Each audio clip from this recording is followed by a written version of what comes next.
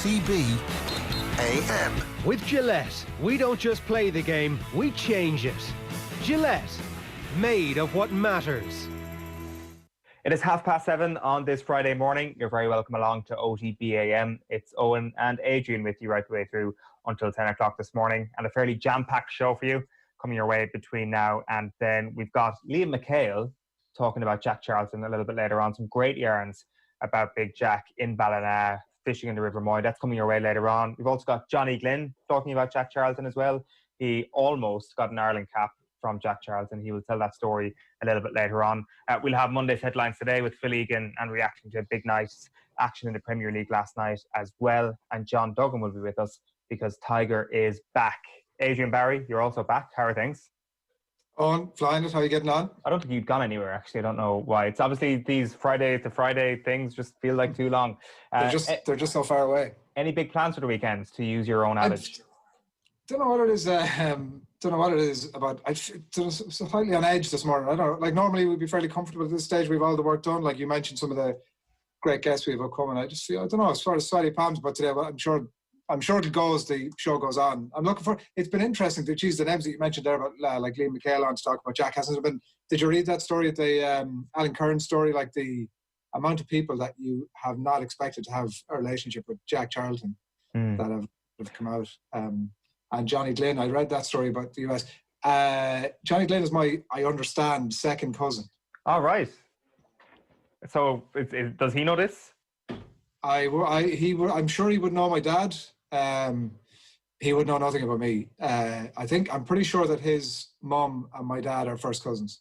Ah, okay. Well, there you go. We learn something new every day. So I was going to introduce him as Galway United legend, but Adrian Barry's second cousin, Johnny Glynn, will be with us. You can tweet us at Off the Ball if you've got any comments for us this morning. You can comment on the stream below as well if you're watching on YouTube or on Facebook. And it's interesting, like, we could actually open our front door this weekend, Adrian, and go to a GAA game if you're one of the lucky 200 people to get into a grounds. We've got a full slate of Premier League. I don't know, every Friday we do our What Are You Doing for the Weekend chat. It kind of feels like normalcy is starting to resume, despite the fact that it has been a tough week for the country and phases are going backwards again. Yeah, isn't it incredible how quickly we become used to whatever form, I mean, in this context, sport comes at. Like, you turn on the Liverpool-Arsenal game last night, and I'm sure that you'll want to spend a bit of time, or Wednesday night. What was it, Wednesday night? You'll want to spend a bit of time speaking about that on, I'm absolutely certain. You just become used to everything. It's not like, do you remember it was like, oh, how are we ever going to get used to this? God, imagine like piped crowd noise. Remember we were having that conversation about 6 weeks ago? I mean, I don't think I'm for it. Like all this sort of stuff that suddenly now is just, Jesus, what are we going to do when they put fans back in the stadium? We'll lose our minds. But no, I have no great plans to go to. I'll probably, a bit of rest and recovery from something that, I might take it easy this weekend. What are you going to be recovering from? Big night out tonight or something? I have just remembered there's somewhere that I to be, which is not here. I'm going to have to go. Sorry about this. Okay, so Adrian has clearly left us for some reason. I'm going to go into the office to figure out what's going on. Oh, I think we've just reestablished connection. Adrian?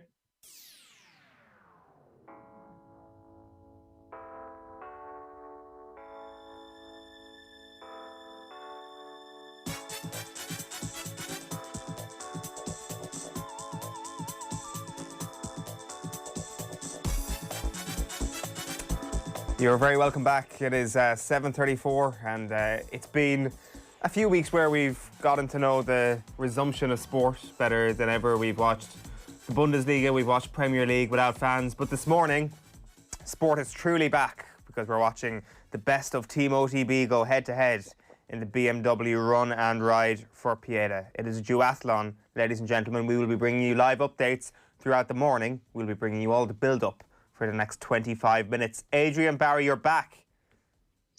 Oh, I really apologise for that. I knew there was somewhere I needed to be, and it was the Phoenix Park. Like, I mean, it's phenomenal how quickly I managed to change my T-shirt into a shirt and get into the office. And it's amazing how quickly you managed to get from your house, obviously, which is right beside the Phoenix Park, into the Phoenix Park. So what's happened in the last few minutes? You've had a change of heart. You've realised there is a big sporting event that you've had to sign up to today. Yeah, we are en masse down here. Not that en masse, but there are a few of us down here to run the Triathlon Ireland run and ride for Pieta, as you've said. And it's windy as hell, all hell. We're going to do a duathlon this morning. I was making the point in the news round last night, we are the official starters for this. You remember the Bishops back in the 1950s that throw the ball in Croke Park? That's what we are this morning. Oh, I didn't realise that. Yeah. And how many people are going to be there today in total? Well, there's just 5 off the ballers in Phoenix Park. There's myself, Nathan, Ger, Tom, and Enda here at Phoenix Park. So we're all going to do it from here, and then we're tri-locating after that on. But people who are doing this all around the country, you will be the people leading them off as well. Do you know how many people around the country are doing it? They're not doing it today. We are we're just going to get things going today, and then people are going to start into it over the course of the weekend. So but there'll be a monster amount of numbers doing it. As I said, we've also have the 2 lads that are out and about with Tommy and Shane has been talking a lot of smack over the last 24 hours. Oh, we'll get to that soon. We do have Ger and Nathan here as well. Good morning, lads. Morning. Well, how are you getting on? I'm scared. Oh, you're both in your cars as well. I thought you guys underprepared. Do you feel underprepared? Yes, of course we do. Oh, and we're about to do a full triathlon. Remember how scared you were last year when you just had to do the cycle? Well, we have to do a run and then that cycle and then another run afterwards. And as is that not 2 disciplines? Is that not 2 disciplines? Well, but the wind is howling. It's like a howling gale. And we're completely exposed. This is like by the Papal Cross where there are no trees for whatever reason. It's almost as if they won't grow here or something. I don't know. And the wind is buffeting. So this could be like a 4-hour epic. Oh, I hope so. We will be live with you all the way until the very end this morning. Is it a tailwind? Is it a headwind? Have you got out and figured it out yet? Yes. All of those. It's all of those things. Well, we're going in a circle, so we're gonna suffer some pain at sometimes and a little bit of a boost at others. I gotta say, I'm looking forward to this a bit more than I was down in Dunmore East because I'm not relying on anybody else this year, so I can only blame myself. Whereas last year, Owen, you might remember, I was able to blame you when it took you 20 minutes longer than Ger to do the cycle, despite you being 20 years younger. Oh, well, listen, the scenery was lovely. The scenery was lovely. I just wanted to get a look around the place. It was a truly enjoyable day, I must say. Does anybody else feel ill-prepared? Nathan, I don't know, there's a little bit of a pep in your voice there. No, I've done the run and the cycle, but I feel as if it's left my body, that training now. It's the getting off the bike and having to do the final run is the bit I'm fearful of. Like, the body is just going to seize up. Let's be honest here. We're going to be crawling to the line.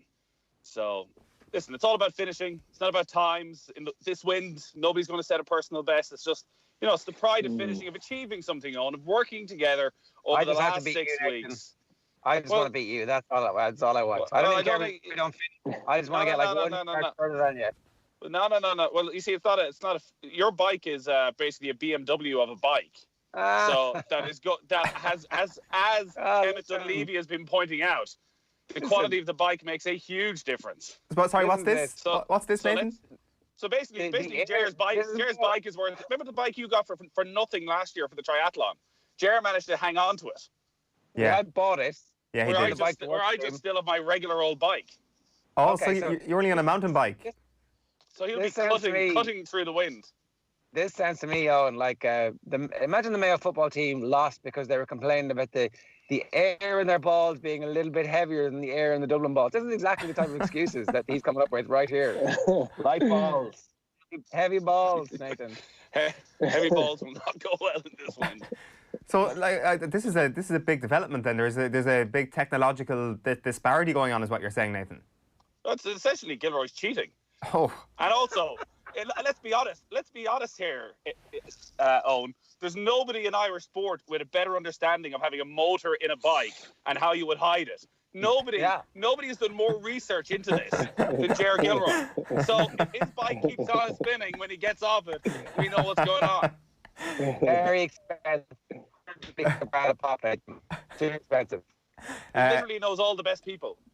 Adrian, what sort of bike are you getting on? I've just been informed that the bike that I have, I got about 7 or 8 years ago for an actual triathlon. And Kevin from Triathlon Ireland just told me, what did he say, lads? Indented wheels? What was the expression?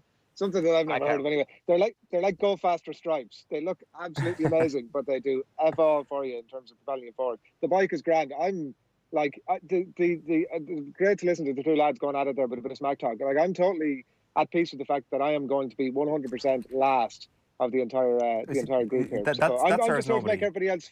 I'm just here to make everybody else feel better about themselves. No, listen, Adrian. Nobody is listening at home this morning enjoying that piece of content that you just delivered. That you're saying, I'm just happy to be here, happy to come last. Nobody's enjoying that. Honest opinion, like what is going to be the podium here of the three voices we have on the radio right now, the three faces we have on screen. Ger, first of all, what's going to be the order? Yourself, Nathan, Adrian. Call it. Me, Nathan, Adrian. Okay. So Adrian is right, basically. Are you nervous? Well, I shouldn't have had the pizza and wine last night. I've been off the booze for a week, and I was like, I'm just going to have this now to make me sleep tonight. That didn't happen. It didn't work. I just lay there sweating, I shouldn't have done that. That's changing my routine. So look, I've let them back in. I've opened the door for them. We'll see. And has anybody here done this course before? Speaking to Joanna from Triathlon Ireland yesterday, there's a bit of a hill. Yeah, I came down just to... The breaking news there from Adrian Barry that he has done a triathlon in the past. He bought a triathlon bike 7 or 8 years ago. So actually, maybe we should re-handicap this and make him the favourite. And so it'll be... No, you've all seen the difficulty of that is you've all seen my times on Strava, and you fully understand that I am going to be last. I'm okay with that. So I came down to run the course during the week and the biggest thing for me is, like Ger was saying, actually, I really wish I had pizza and wine last night. What happened was my brother called over and said, here, do you want to go for a quick cycle? I thought, no hassle, that sounds a good idea. Loosen up the legs a bit. An hour and a half later, I got home and my legs are absolutely wrecked. Well, that was stupid. It was really stupid. No, that was good. He's like getting the cobwebs off. But before we let you go, Nathan and Ger, just explain that to us. You've all been sharing your times on Strava, so you can see the entire scape of where Team OTB are going. We know that it's going to be... This is the rivalry I'm interested in, Ger versus Nathan versus Adrian. But in the team as a whole, what are you guys looking at? Who's going to win this thing? Oh, Sheahan is going to crush it, I presume, which is going to be tough to take. Like, here, listen, the Owl lads, we'll move on with our lives after this, and we've seen enough that there's disappointments and setbacks. Enda Call and Tommy Rooney, we're talking about athletes, week in, week out, playing competitive sport, priding themselves on their bodies, denying themselves. When we have a work night out, the lads won't come, they won't have a drink, ever. No. And yet it's come to a competitive in-house experience, and they're going to be beaten by one of their own. By Sheahan, who literally just rocks up, natural Monaghan fitness from running around the field, doing God knows what, and is going to shake them and humiliate them.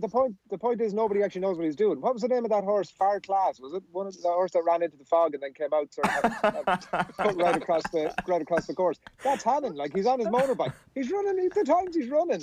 The guy from Triathlon Ireland has told us he should join be an international elite athlete now. I will say, I will say Tommy's completely screwed himself over by putting himself in Clare for this, but there's nothing happening in Monaghan when it comes to mountains. So Shane Hannon is he's probably perched himself at the top of a mountain, at the top of a hill, a slight incline, and is just going to freewheel all the way down. Look, I can't explain how bad the wind is. So if there's no wind in Monaghan, or if there is this wind in Monaghan and none in Clare, then who knows? That is the great unknown today. You would expect Shane to romp home, and then I would expect Enda to finish second because Tommy has a match, this weekend. One last one. What about Tom Malone? Why is nobody talking about Tom Malone? The fish in the swimming pool, are those skills transferable onto the bike in particular? Well, he's fit. I'm wondering when he's going to lap us. He's definitely going to lap us at some stage. So he's not been doing very much training according to his Strava account. He might be one of these lads who was nailed on to do really well at the leaving and sort of said that he wasn't doing much study, and then actually when it came to it, nailed it. Definitely strikes me as that type of person. Nathan, Ger, any final words before we let you go? Nah. Great enthusiasm this morning. He's getting nervous now. I just want to get it finished now because I realise that it's going to be 2 hours of absolute misery, and I need to be back in the office for 10:30. So, well, congratulations on all the training so far. The hard part is done. Not really, though. Good luck, and we'll chat to you later on. Nathan and Ger are going to leave us for the time being. Adrian, you're going to stay with us for the time being. Is what they're saying making you a little bit nervous at all? Not really. Like, I am genuinely, I know this sounds like some reverse smack talk. I'm generally at peace with the fact that I'm going to be last. And I need to maintain that mindset because the advice we've been given is when you start off into your run, particularly, like the temptation is to look at the lads and to try and keep up with them. Like Nathan's like a hare was what he didn't mention there in that piece. He's a really quick runner. So, yeah, my main thing is just to sort of maintain my own pace as I go through it all. What has the training been like? What have you been doing? How long have you been training for? And how tough was it? We started into it about, collectively we started into it about 6 weeks ago. I started into it probably about 4 weeks ago. So there hasn't been enough training. I got a bit of a tendon injury about halfway through, which put me out of whack for about 4 or 5 days.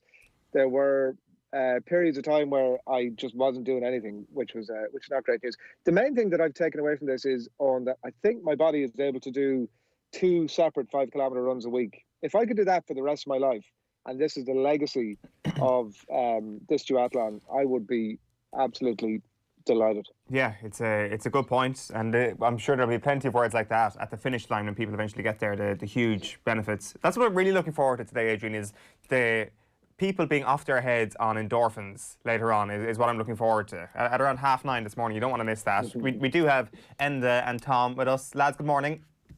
Owen, how are you? Hey, Eoin. So we've just been speaking about the front runners here. Enda, we'll start with you. You look like you've got an excellent chance if we're hearing Nathan and Ger. They say yourself and Tommy Rooney basically are like professional athletes. You never go drinking. You're always just focused on your craft and your body and staying athletic. How can you handle the pressure? Well, I wouldn't say any of that is particularly true, but if you're splitting us up between 2 groups of one group of 3 OAPs, then 3 young enough people, and then Tom is somewhere in between, then you're looking at like I have a 1 in 3 chance of winning this. So I'm fairly confident that I'll finish in the top 3. That is a shocking slight on Mr. Tom Malone this morning. You've essentially been counted out of finishing on the podium today, Tom. No, I'm just hoping to win my age grade. You know, there's an over 35s group here and an under 35s group, and I'm just looking to be competitive at that kind of level. You know, this is a betting without ease. Anyway, Shane Hannon should be sanctioned by WADA the times he's doing. Has anybody checked his freezer for blood bags? Seriously. What else do you think he's on other than the old blood transfusion? Well, he's just on that Monaghan beef, you know. He's been living up in Monaghan for the last 3 to 4 months since lockdown. But I wasn't actually going to mention Shane Hannon at all. I didn't want to mention his name on OTB AM because he's living rent-free in everyone's mind over the last couple of weeks just because of his times he's putting on Strava. But nobody's actually seen him running these times. So I'm not fully convinced he's actually going to do this. He's going to be the athlete that he's promised to be. Like, if I'm within a minute or 2 of him coming up to the final line, you know, you'll be lucky to keep with me. What's his biggest weakness? And is he overrated? No, his biggest weakness is his confidence. We've seen time and time again. You know, you go into these things and you think you're going to be the best. It's like Liverpool since they won the league; they just don't care anymore. The drive isn't there, and that's going to be Shane Hannon's downfall today. Yeah, I like that. I like that a lot. Did you see his trash talking video? You know, he's sitting at the back with a cocktail in hand. I did, yeah, but sure. I mean, he can have the martinis all he wants, but that's not going to help him today. Enda, are you concerned about? Sorry, go on, Adrian. Look at Enda, cool as ice, dishing out the smack talk like 10 minutes before he gets to the start line. Like this, you're looking at the guy here who's going to win this thing, and he's cool as ice here. He's playing it very cool. He's trying to put the pressure on those around him. You think you're going to win? You're going to win this, Enda, right? This is in the bag essentially for you. It's not about winning, Adrian. It's about finishing ahead of everyone else. Sorry, is that Brendan Rodgers has just come on the line there? Listen, we'll all do our best anyway. That's all we can hope for. And if my best is better than everyone else's, then sure. Who might say I'm better? Tom, if anybody at home follows our overall athletic endeavours, they'll know that you're an outstanding swimmer, and we're the market leader in OTB for swimming. Was that transferable at all? Like, in all seriousness, do you think you actually have a chance of cracking the under 35 finishing times today? Absolutely not. But right. Yeah, I mean, that's my key strength, if this was a triathlon, has been cruelly taken away here, Eoin. You know, no swimming leg. That was where I was going to hammer home my advantage. So I just will say it is so windy. I know Jer said it earlier, but it's unbelievably windy here today. So that might maybe let us hold on to Enda a little bit closer. But I think if we finish within about 10 minutes of Enda, we're doing all right. Are we able to see a live weather report from Monaghan and Clare? Or yeah, you know what? I'll Google that right now. And just tell us, one last question to you: how concerned are you about the prospect of cheating today, given Monaghan and Clare will not be anywhere in our eyesight? Well, it's sort of like the training coming up to this, Owen. It's just, you know, if you can't keep track of these people, who are we to say that they've actually done it at all? Never mind even just completed the full thing. So I don't want to cast doubt on my opponents, but I mean, you know, nobody's there to watch them. So, well, I'll leave that to you. I'll leave the decision to you, as opposed to me making judgments on them. Before we go to Shane's smack talk video, the wind in Dublin is 21 kilometres per hour. The wind in Clare is 23 kilometres per hour. The wind in Monaghan. The wind in Monaghan. It's about 40. The wind in Monaghan is only 13 kilometres per hour. So Shane Hannon may as well be sitting out in the back of his garden, sipping a cocktail now, celebrating his. Oh wait, he's already done that. Let's have a look.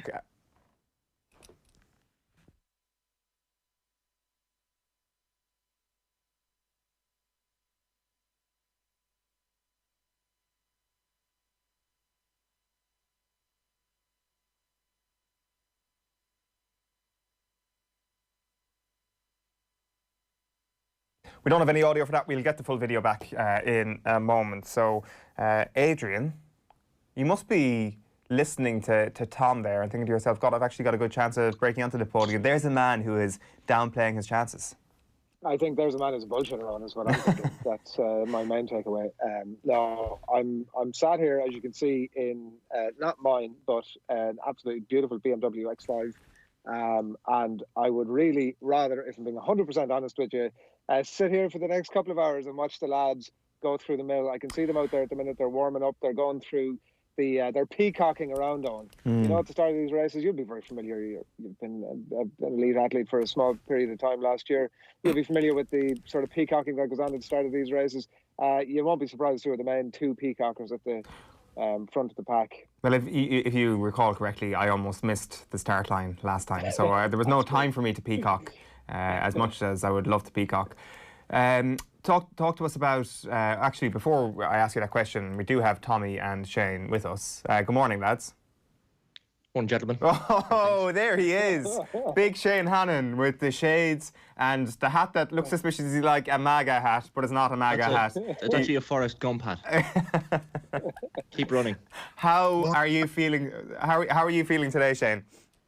I actually just woke up 5 minutes ago. I totally forgot that we had this run this morning. But you know what? Let's do it. I actually forgot. I completely forgot. But got a quick call from Tommy Rooney there to wake me up. And look, I'm up. I'm not dressed yet, but I'll get there in the next few minutes. Tommy, he has crowned himself as the winner. Lads, this fella is the joker in the pack. I'm looking at him right now. Do you know what he's like? He's like that fella in the Leaving Cert that drove you nuts. That acted like it didn't matter. He didn't care about it. Shane Hannon's been doing ridiculous preparation for this. The man climbed Kilimanjaro. He's been climbing mountains. Well, the thing is, I don't think the Leaving Cert comparison actually makes sense here, because this is the guy who says, yeah, I'm going to get 625 points, and then goes out and actually gets it. Isn't that right, Shane? Well, listen, I think Adrian Barry referred to me as the horse far class. I'm just top class. There's no doubt about it. As one of the lads said, I've been living rent-free in these guys' heads for a while. When they start struggling about 2/3 of this 5K in, I know they'll be thinking of me.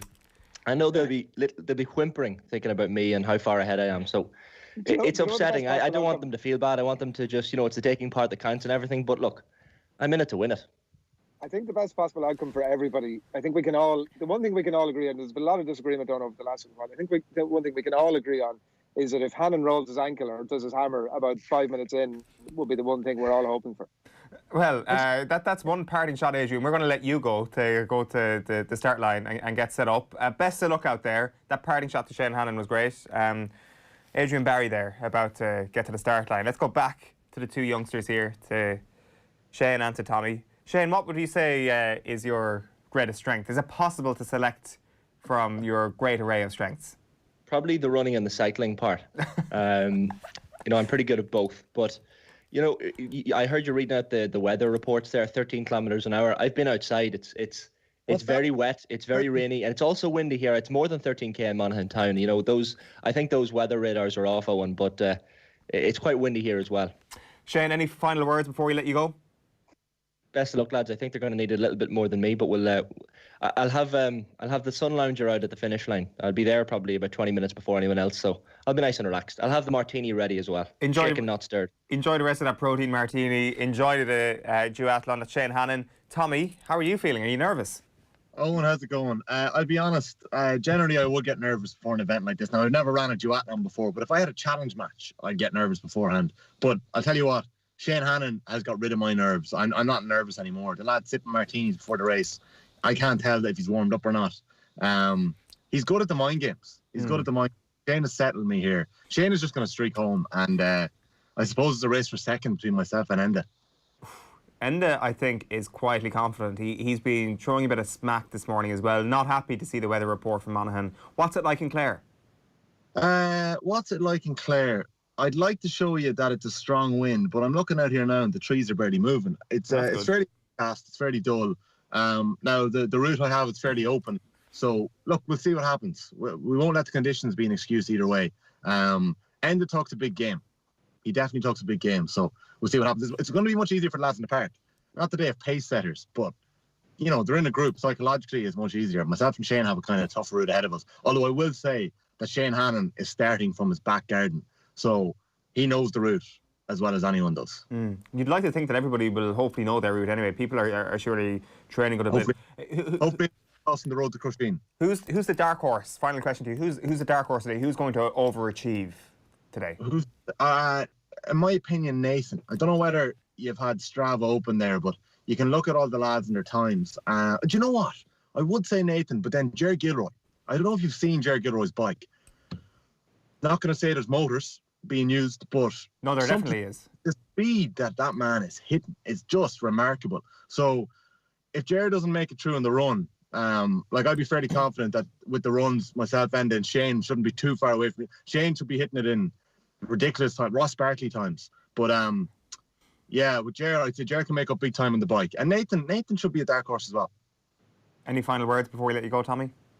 Best of luck to the lads. That's all I'll say. Well, good luck to you. Good luck to you. Enjoy it. Tommy Rooney there on the line. We will be getting to the start line in just a moment as well. So it is the BMW run and ride for Pieta. We're going to have we're going to get footage from the start line in just a moment, and we'll be bringing you up to speed on everything that happens throughout the morning. We're going to have live Strava times. We're going to have live footage. Most importantly, we're going to have live interviews with the athletes during their changeovers. Will we take a break? Take a quick break. OTB AM on OTB Sports Radio, Ireland's first and only sports radio station. Football is back. For Sterling! Raheem Sterling! Like the rest of us returning to work, the Premier League is also back. Keep up to date with the latest scores on the OTB Sports app. Live updates and analysis of this summer's Premier League action. The OTB Sports app. Live score updates straight to your phone.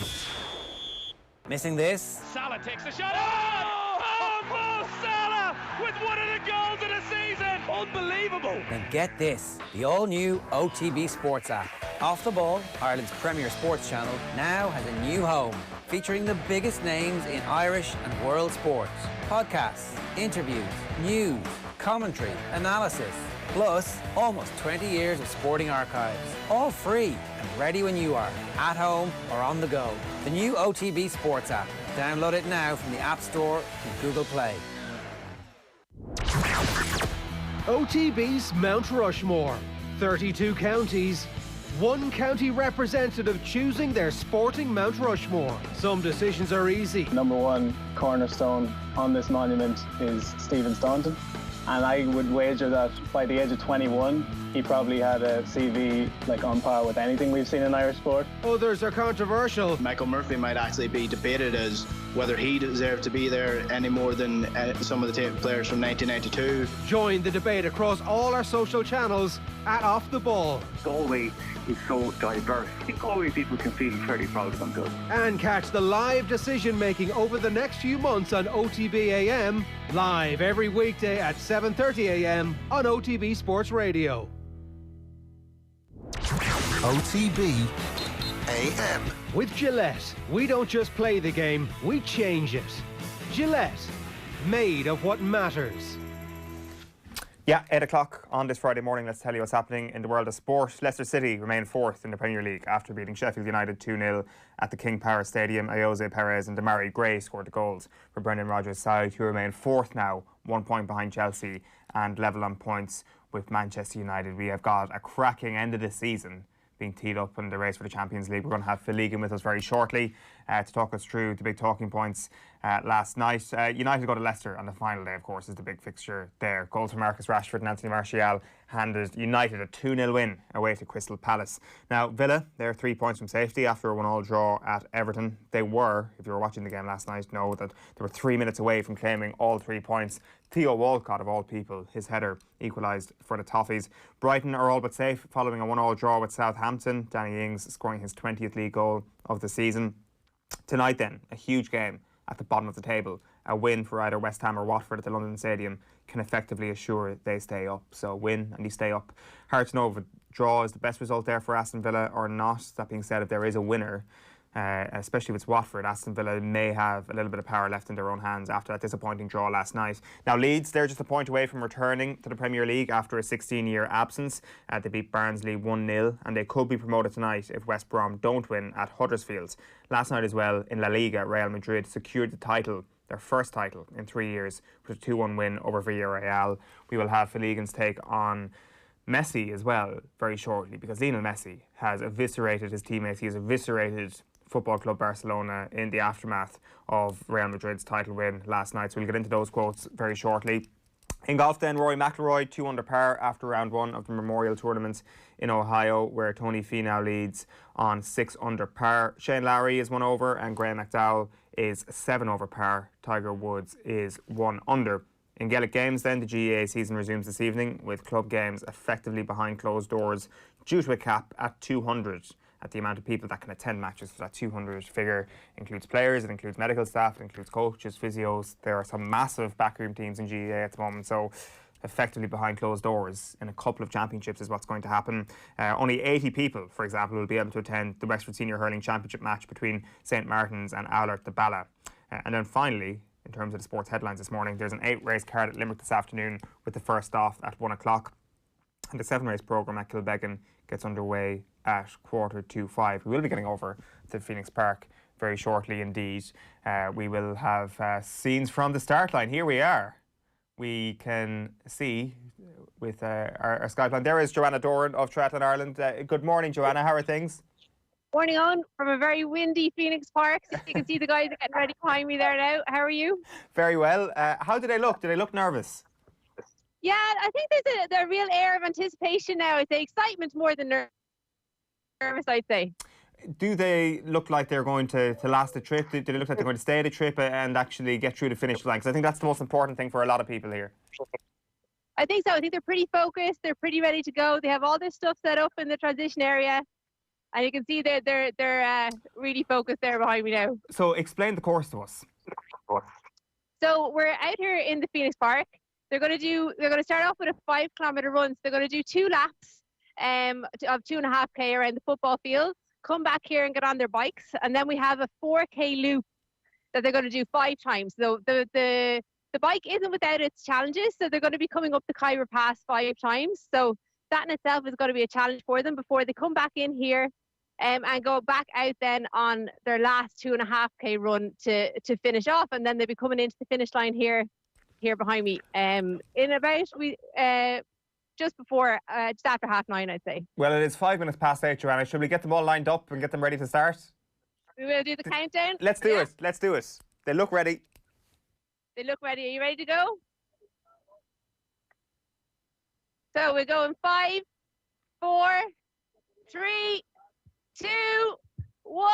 The best of luck, and they're off. They're not out of the blocks there at massive speed. So we did tell them to take it handy at the start, and it looks like they're following that advice, which is good, and all staying nice and distant from each other. Who's gone to the front? So at the moment, it looks like Enda might be just out in front by a few meters, and Jared just behind him then, and Nathan. So they're just jogging down to get started on their 2.5K laps now. So they will have a bit of wind out there this morning though, Eoin. So it's not going to be all easy for them. No. But I suppose when there's a headwind, they'll also have a tailwind in some parts of the course, you know? Now that they're out of earshot, who do you think is going to win? I don't know, like we can't forget about the two lads in Monaghan and Clare either. So it's hard to know. But I don't know, Nathan looked fairly geared up this morning now. Yeah, he does. They all look fairly geared.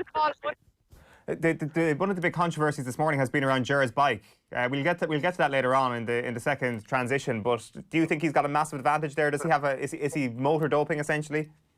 No, I like he's got a nice bike. I think the colour, like to me, the colour is the best thing about it. Like it's a nice kind of purple, shiny colour. So you definitely won't miss him going by anyway in a while when they're out there on the course, you know.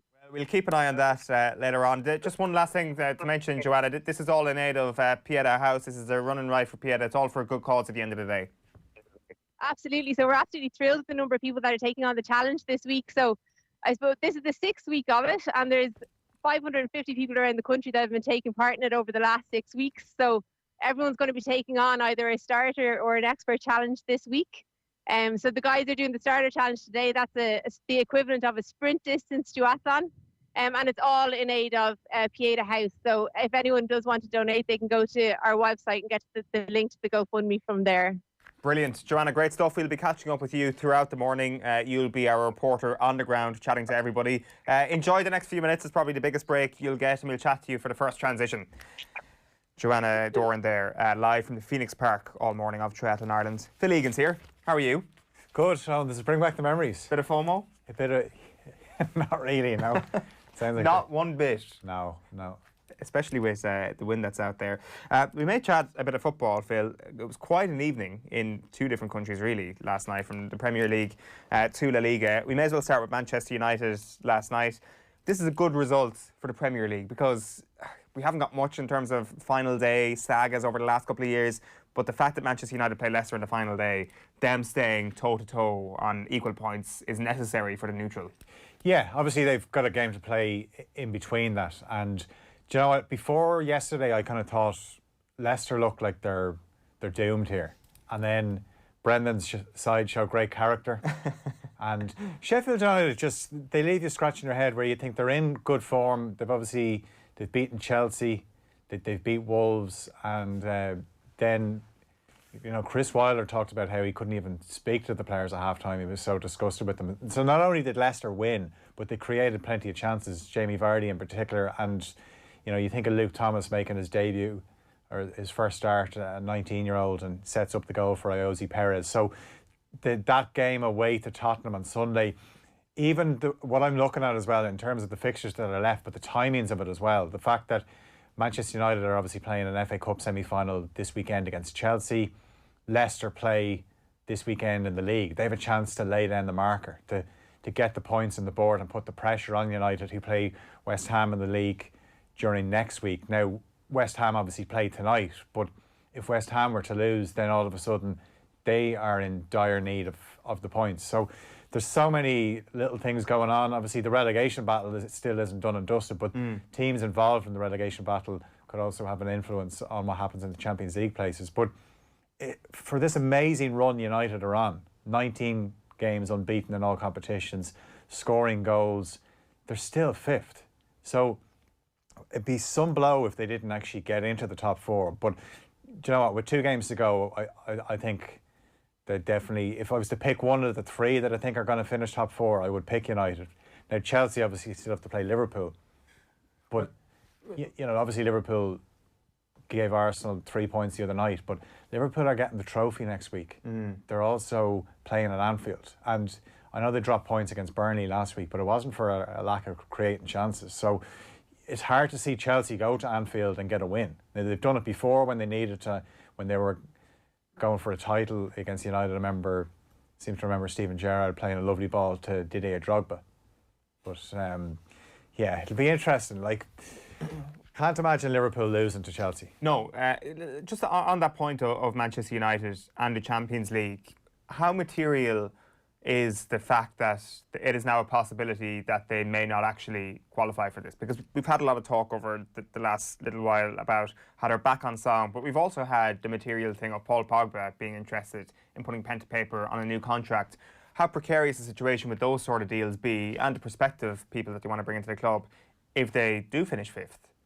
Yeah, like obviously, you know, it has a huge say on what kind of players you can get. You know, Bruno Fernandes has transformed them since he's come in, and you know, there was a guy that was playing Europa League football with Sporting, and you know, was happy to move to United because he could see, obviously, it's such a huge club, and he's been such a pivotal signing. But that's something that, you know, obviously there's a lot resting on what happens in the next couple of games. But as I said, I still think United are going to do it, and if they don't, you know, they've shown in the past that they can still attract players given the club they are. But say a name that keeps being linked with them is Jadon Sancho. Does that become dead in the water if they're not playing in the Champions League? See, it's a bit different because next season is going to be a little bit different in terms of the season's going to be condensed. Obviously, given what's going on in the world, means that players might be more willing to accept certain situations because of what is going on in the world. And clubs will be able, or be more willing to accept certain situations as well. So I think the Manchester United tax may not be as high as it would have been in previous years. That if Borussia Dortmund are coming to United and saying, we want 120 million for Sancho, it probably means they want 120 million. They're not going to get into negotiations and say, actually give us 140, 150 here because you're Manchester United.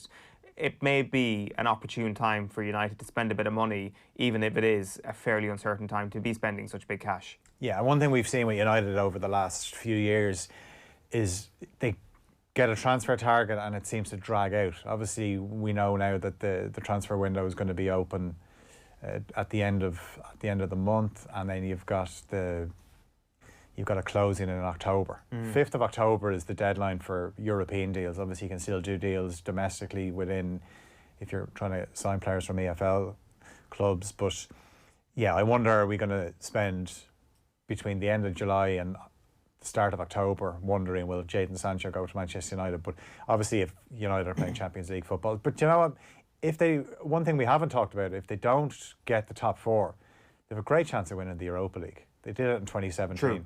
And the fact that you're looking at teams, the draw, they've obviously got a favourable draw that they're going to be playing Copenhagen by the looks of it. And then they're into, you know, they could end up playing Wolves or something in a semi-final.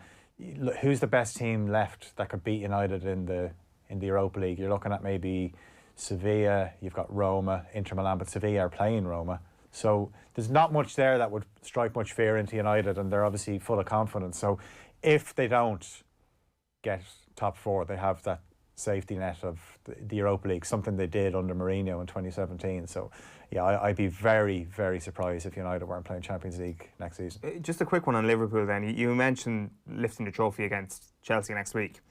There's been a lot of talk over the last couple of days about the 100-point barrier, about them not kind of eclipsing that, not potentially eclipsing last year's points tally as well if they don't win their last two games. Does that matter to Klopp at this point? Like the Arsenal defeat obviously was a complete aberration. Any other day of the week, Liverpool probably win that game. Like, you do get the sense though that this was important. Even the fact that Klopp was playing it down almost supported that cause a little bit. That after they won the league title, actually going and getting 100 points, saying, no, we managed to do this thing that Manchester City did last season or the season before, and we managed to do it just as good as them, if not better. Like I think that the whole idea of Liverpool rubber stamping themselves as one of the true great teams would have been high on the agenda for this team. And perhaps the way they're finishing the season, perhaps not getting that 100 points or crossing that threshold, it's just a little bit of a disappointment to Klopp at this juncture. Yeah, well, I think what made City's 100 points more impressive was the following season they got 98 points and they won the league. So if Liverpool obviously aren't going to get 100 points this season, but if they win the league next season, then nobody will be talking about the fact that they missed out on the 100 points. How do you make yourself considered as a great team? You win multiple titles. So under Klopp, they won a Champions League and a Premier League.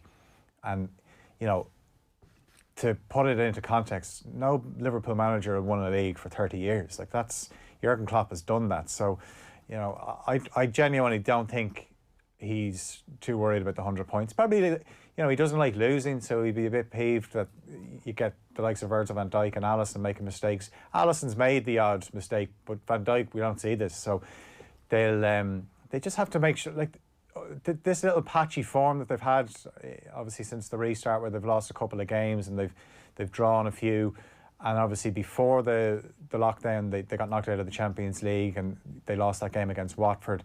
All of this will be irrelevant if Liverpool hit the ground running next season and they retain the title. But obviously the court appeal that City won during the week, that's a game changer, because it looks like City now are in a position to go out and spend some money during the summer, which at the moment it doesn't look like Liverpool are going to do that. So as good as Liverpool's first 11 is, I was looking at that bench against Arsenal the other night thinking, you know, who do you bring on if you need to turn a game around? Yeah. Quick one on the relegation battle. Who's going down, in your view? Like a couple of weeks ago, it looked certain that the bottom three are going to be the bottom three. I think that's the way it's going to stay. Yeah. Like 3 minutes away, Aston Villa were from a massive result. And look, they've given themselves a chance. If you're looking at tonight's game, a draw is a great result for either team tonight. If West Ham lose, obviously then they're in the situation where they've got United away next week, and then they finish with the game against Villa.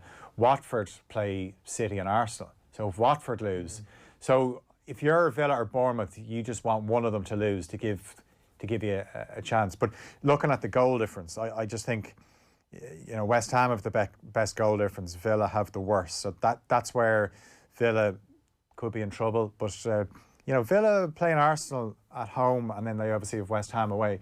Villa will think maybe they have a chance of picking up something against Arsenal. If they can bring it to the final day, then they'll be thinking like that's what they want right now. But I still think the way it is probably the way it's going to stay. And you know, obviously last week the fact that Villa and Bournemouth won on the same day was pretty remarkable, considering not many people saw that coming. It's been some week for Manchester City. They can get into an FA Cup final this weekend. Not as important as the Cassie ring, obviously.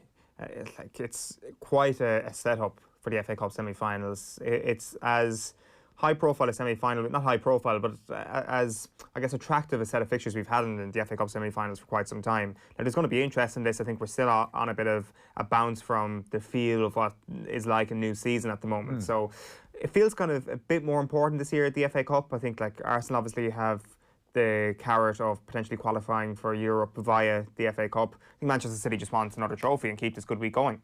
Yeah, well, see, what's going to end up happening is you're there talking about the Liverpool 100 points and not getting it, and already you can see what's emerging. City have won the League Cup. If they win the FA Cup, if they win the Champions League, we're going to get the who's had the better season. But, you know, if you ask a Liverpool fan, what would you rather? Liverpool fans would say the Premier League. It's the one that they've been wanting for years. So City are obviously, you know, strong favourites to beat Arsenal. Arsenal have surprised them before in the FA Cup, but I just hope Arsenal don't get too carried away with what happened the other night, because Liverpool effectively, it was a freak result. It really was. So but you know what, if you think of the first 20 minutes of that game back after the restart, where Arsenal actually caused City a few issues when they were able to get at them. Obviously, Aubameyang was rested the other night.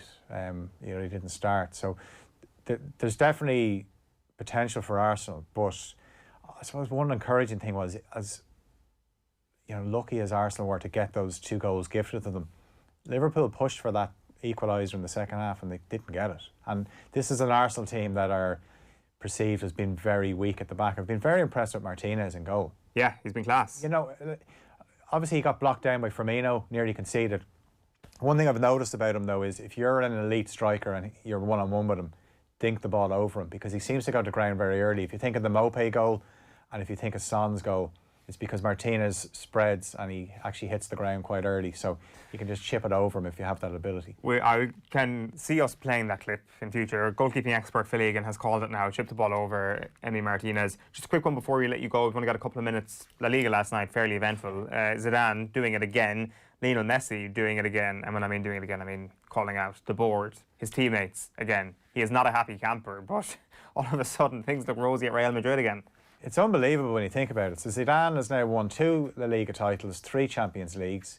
Remember, he walked out on the club after winning the 3rd Champions League. He said, I'm going out on top. Comes back and everyone kind of thought, why did you come back? Like, he just walked into a mess because Lopetegui, it didn't work out. And then he wins the league title. And they're not out of that tie with Manchester City. They need to score first, obviously. Obviously, no Ramos either because he got sent off in the first leg. But if they were to score first in that second leg against City, they could certainly give City a bit of a scare. But we don't, we talk about Pep Guardiola, we talk about Jurgen Klopp as these elite managers. Look at what Zidane has won, but he's not talked about in the same breath because we still don't really know, like, what is Zinedine Zidane's philosophy of football managing? Do you have the answer to that question? I'm just going to throw it out there and just leave the studio now. Yeah. Phil, great stuff. More to chat about, I'm sure, over the next couple of weeks. Just one quick word. Is Messi going to be a Barcelona player next season? Yeah. Yeah? Yeah. No question? Say pretty certain. Pretty certain. Okay, fair enough. That's confidence there if you're a Barcelona fan this morning. We've got the papers coming next at 21 minutes past 8 on this Friday morning. More importantly, though, we'll be getting back to our duathlon because the 5K times will start coming in. Will Sheahan lead the field? He'd want to because he's been pretty confident. Have a look at this. Hello, yeah. Hi. I'm just looking to see if I can make an order for a large trophy. Gold first place trophy if possible. It'll be for tomorrow morning.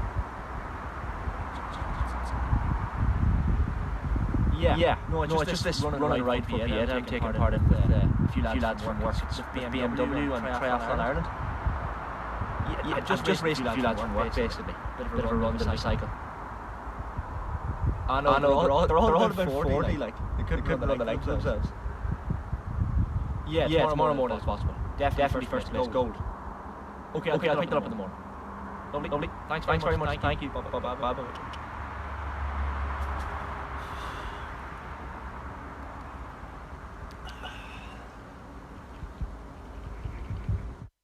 OTB AM. Time for the sports pages. Let's start with otbsports.com. Big news overnight from Washington as the scandal continues. 15 sexual assault accusers with the Washington American football team. There's an opinion piece by Cian Fahey on the website worth checking out now. Dan Snyder must sell the team. You've also got highlights on the website as well of La Liga last night. Real Madrid making a mess of pass penalty on way to La Liga title. And Jack is what I would have regarded as a decent human being. John Giles and Thursday Night Football as ever worth checking out from last night. That is otbsports.com. Let's move on to the newspapers then. I'm going to start with the Irish Examiner this morning. Crowd restrictions will cost millions is the main headline on the front of the Irish Examiner sports section. This is John Fogarty writing about the return of the GAA competitively this weekend. So you will have seen during the week that 500 people at an outdoor gathering will no longer be allowed until the 10th of August. That has meant that next weekend, when a lot of GAA clubs, a lot of county boards would have been counting on a big cash windfall, those weekends are now out of the question. They're limited to 200 people at a ground. That is 200 people, including the players, including the management, including the coaches, all staff, which is essentially behind closed doors if you're in a county that has big club backroom teams. So you've got Kerry GAA chairman Tim Murphy quoted in this John Fogarty piece, calling it a disaster. You've got Limerick chair John Cregan admitting that it's a nightmare. The 500 figure would have been restrictive, says Tim Murphy, as it was for the bigger club matches like Dr. Crokes, versus Austin Stacks. So even alone with 500, they reckon that would have been not a great day out financially, but it would have been okay, I guess. Even the 200 now will be stretched for the smaller club games, is what he says. So this is the financial impact of what happens this weekend. There is an acceptance that everything that's been taken, every decision that's been taken has been in keeping with national health advice. So it is hard to be overly critical, but they're just pointing out the financial implications of what that decision means for the GAA. Got a photograph there of Rory and Tiger as well, playing yesterday in Ohio, and you've got McLean standing over criticism of Irish teammates. James McLean said that while he likes every single one of them, he stands over his criticism of how his Ireland teammates had reluctance to show support for him in the face of the discrimination he has experienced. So he posted a Facebook post earlier this week condemning racism, but also comparing it to his own abuse that he's received on a sectarian level and all that he's been subjected to during his career. So he made no bones about condemning the recent racist abuse of his Irish teammates David McGoldrick, but he went on to say that it left a sour taste in his mouth. So that story is continuing today. And Van Gran impressed by humility of high-profile new recruits. So the rugby season, it moves into view, and you've got the South African high-profile players, R.G. Snyman and Damien de Allende joining, and we've got Johan van Graan, very impressed with them so far. We've got the Irish Independent next. The Irish Independent then leads with a beautiful photo there of Galleris on Gaeltact's pitch right beside the beach in West Kerry. Association expected to call for increase to crowd limits as first competitive games in 4 months gets ready to throw in. GAA ready for new dawn is the main headline there. A few interesting lines in here as well from Colin Keys. Former Galway and Offaly hurling manager John McIntyre has predicted problems for GAA officials in distributing tickets, and he feels watching matches in an outdoor setting should be considered low risk. So we could have a special dispensation being made for the GAA over the next few weeks. They're probably going to lobby, it seems, and try and get a special loophole inserted into policy that would allow gatherings at outdoor GAA games, and that is what they're hoping to do over the next little while. We're looking at a situation where barely 40 supporters from each club, outside the team management, players, medics, club officials and statsmen, will be accommodated, McIntyre said. And then FAI told to implement agreed changes or risk losing out on millions. Again, more on this developing yesterday. Mark McSharry, who's voiced concerns of the FAI board over the last little while, he has now questioned the authority of FAI Independent Chair Roy Barrett to sign the emergency deal agreed with Shane Ross. Roy Barrett has come out, didn't take that well. He said McSharry needs to check his facts on council discussions related to the signing of the Memorandum of Understanding, and he objected to the use of corruption under parliamentary privilege. I find it objectionable that a deputy would use Dáil privilege to make a statement like that without fear of reproach, he said. And then you had Eamon Ryan as well, in between apps, saying that the FAI must convene an EGM this month and introduce the rule changes laid out in January's rescue deal. And you've also got that story about Johan van Graan. It's actually a different lead in the Irish Independent this morning. He believes the James Cronin doping case is closed. Now, latest news from the duathlon is that Shane Hannon has finished his 5K in 19 minutes and 12 seconds. He has backed up his hype, at least in his running shoes. More to follow as we get it. The next news. Hey lads. Oh, warm up done. I think I'm getting the bike now, is it? Forest has served me well. Tough enough at times. Bit of a wind, a bit of a few drizzles of rain here as well in the morning, but feeling strong. You know, I hope someone can catch me, make a competition out of this, but I'm feeling great.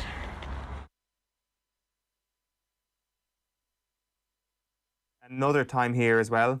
Tommy Rooney has finished in 22 minutes and 5 seconds. So it looks like Shane has built up almost a 3-minute lead on what we believe is his nearest rival. So we'll keep you up to speed on that. The Irish Times, our next newspaper. They lead with match reports from last night. Rashford and Martial strike to keep United in top 4 hunt, writes David Heitner. Hodgson's side puts recent poor form behind them to make it tough on visitors. Rashford and Martial with the goals last night. Also, Leicester pulled themselves together to tear Blades apart. Thomas shines on debut as Rogers' side bounced back from Bournemouth collapse. And Benzema helps extend Real's title record. They beat Villarreal 2-1 last night, their 34th La Liga title. Got a preview there of West Ham against Watford. A huge game tonight in the Premier League. Also in the Irish Times this morning, Johnny Waterson writes that Charlton was forged from rough, tough, raw material. And sort of along the same lines, Emmett Malone is talking about Ireland's first foreign-born player. Manchester-born defender blazed a trail subsequently, followed by over 100 Republic of Ireland players. This is Shay Brennan he's talking about here. And also in the Irish Times, a match report from Leeds United 1, Barnsley 0. The next one is the Irish Sun. Varkas Rashford is the headline here. United get 2 lucky breaks as they beat Crystal Palace 2-0. Moyes says we are too flaky. David Moyes there admitting West Ham must shrug off their flaky image. A win tonight would certainly do that. FAI Roy Spleen, FAI chairperson Roy Barrett has told TD Mark McSharry to get his facts straight if he wants to criticise the association. And it's a €17 million pay Jude. Jude Bellingham has sealed a €17 million payday after joining Borussia Dortmund. So the 17-year-old kid, who was linked with Manchester United, has gone to Borussia Dortmund and he's going to pocket 66 grand a week. He flew into Germany yesterday ahead of his €33 million switch. Next up, we've got the Irish Daily Mail. I will be back. Robbie still keen to manage, but will bide his time, writes Philip Quinn. This is Robbie Keane. He says, I'm not in any rush to do things. It has been the right one for me in terms of having a management role. He's still on the FAI payroll, obviously, at the moment, but he's not going to be part of Stephen Kenny's backroom team. I was assistant for 2 different managers, and they were great managers to learn off in terms of Mick McCarthy, and that is also Jonathan Woodgate and Middlesbrough. So Enda is done. Enda call. We've got him there. Enda, how was that? Yeah, it was tough enough. I mean, we talked a lot about the win beforehand, but the heat is something else. It's something that we're all wearing jackets out there, but I'm going to take mine off the cycle because it was really hot coming up in that second lap. Probably getting my breath back for the first lap anyway, especially into that win, but hopefully catch up in a bit with the time on Sheahan and Tommy Rooney. I hear they're ahead of me, so I want to get onto the course as fast as possible here. End is off. That was Joanna asking the questions there. So it looks like, now we did have a little bit of a delayed start time, I understand. It looks like Enda is coming in 3rd place at the moment. So Shane is leading the way, Tommy's in 2nd, Enda's in 3rd place. So the top 3 are as we expected them to be at the moment. Shane Hannon with a big cushion at the moment. Can he back it up on the bike though? The Irish Daily Mail is where I was. That was the story about Robbie Keane saying he will be back in management. Martial, the Magic Man, is the headline from the Manchester United match last night. And clubs better off playing behind closed doors. This is Tipperary chairman John Devan claiming that for many club games, as few as 60 tickets could be available for supporters. So his point is, what is the point? Tommy Rooney is there. Tommy, how are things?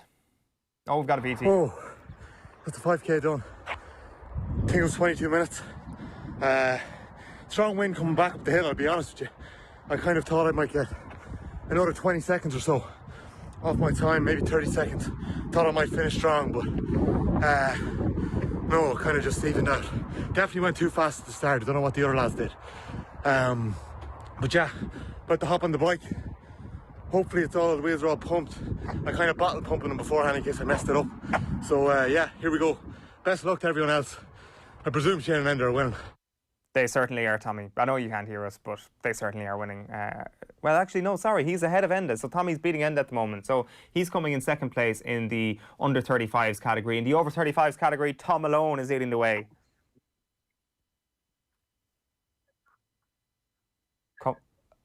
Yeah, the wind is ludicrous, and he seems to be running into it at least 3/4 of the lap. So about 27 minutes, I think, my first 5k, which is a good bit slower than expected, but I'm actually just thankful for a bit of a rest before getting the bike, to be honest. No, it's impossible to go flat out. Just the wind is so strong. The only time you can, in any way, stretch is down along the bottom at the end of the goals, down where the deer are. That's the only place you can make up time. The rest of the time, you're just surviving. Thanks. Tom is off onto the bike. We can see there that Tom actually is only a little bit out of breath. It seems that Shane Hannon and Tommy Rooney have definitely gone hell for leather in this. Maybe Tom took it easy. Maybe he's laying in the pack a little bit longer than the rest. You can see a lot of other bikes strewn along the grass there. They are Adrian's bikes, Nathan's and Jer's. So those three, as they pretty much expected this morning, will be bringing up the rear of this. So we'll get back over there in just a moment. In the meantime, the Irish Daily Mirror. Dr. Few, Rashford graduates from uni. Then VAR saves United and Selhurst squeak. Tab of the morning to you. Another crucial live night in the Prem, writes the Irish Daily Mirror. It's agony for Smith and Villa. Meanwhile, Theo Walcott's header could be the goal that essentially relegates Aston Villa if things turn out that way. And Irish pals don't want to face the backlash. James McLean insists he doesn't care if Ireland teammates are offended by his barbs. The winger rounded on them last week, claiming they don't support him publicly when he receives abuse. Now, yesterday, McLean said, I'm not expecting calls from any of them, but I stand by what I said. If they feel offended, they must feel a level of guilt. They don't want the backlash, and they want an easy life. I get that. But I know for a fact that if the roles were reversed, I would 100% back them. So this is something that is going to continue over the next little while, you suspect. James McLean calling out his teammates, basically, for not having his back on this sectarian abuse uproar that has often occurred around James McLean. Back page of the Irish Daily Star. Rash bang wallop. Marcus maintains United's push for Champions League. Leeds on the brink of Prem return after nervy win. Meanwhile, and Barrett's blast at McSharry, as we've already mentioned. Roy Barrett not happy with the Dáil privilege utilised by Mark McSharry yesterday to use words such as corruption in association with the FAI. And McLean says, I nearly quit. He says he has contemplated retiring from football to escape the constant abuse from rival fans. Next up is the Racing Post. Front page is Hexham Chiefs' anger at fixture list fiasco. It's game on as well. All systems go for clash with the 2000 Guineas aces, Siskin and Cameco, to meet in Sussex Stakes. And Blowa's owner's return to track is delayed. So this is, of course, Irish race courses. As I speak, we've got Nathan Murphy, we've got Adrian Barry, and we've got Ger Gilroy. They've all finished together. What is going on here? Let's hand over to Joanna and find out what has happened here. Well, I've just spent the last 25 minutes getting ahead of these lads, and now you spent so long coming to me. What a load of nonsense. Yeah, it's windy enough. Here, hang on there now and do your cast. I'm going. So Nathan's not hanging around. I'm absolutely knackered. Having Ger took too long. He was giving me nonsense about that he only the second 5K is actually probably run, which is absolute bullshit because he was nailing it. But he's blinded. This man's probably going to, I'd say, win the battle of the 40s because he's strong in the bike. I'm correct.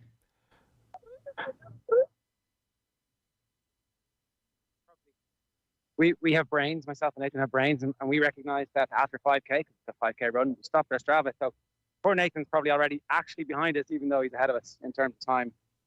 But I need a rest. Are we talking to Eoin?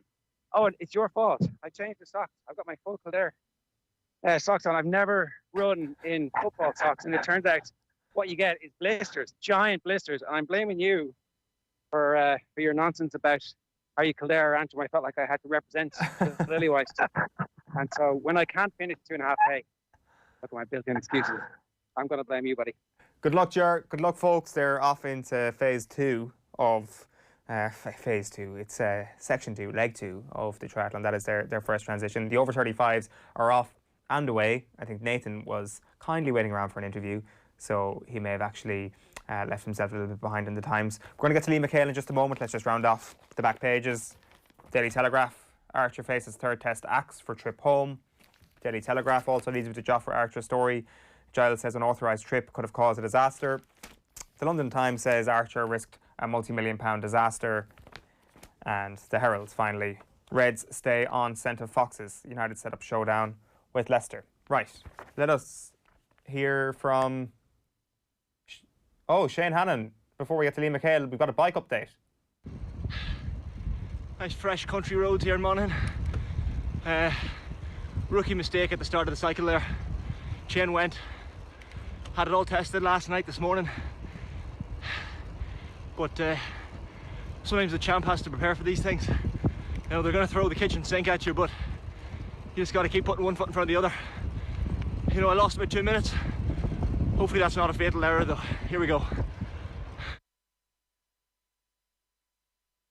Okay, delighted to say we are joined by Liam McHale to chat a little bit more about Jack Charlton. Now, Liam, I think it's fair to say that you would have got to know Jack fairly well during his stay in Ballina, his many, many stays in Ballina.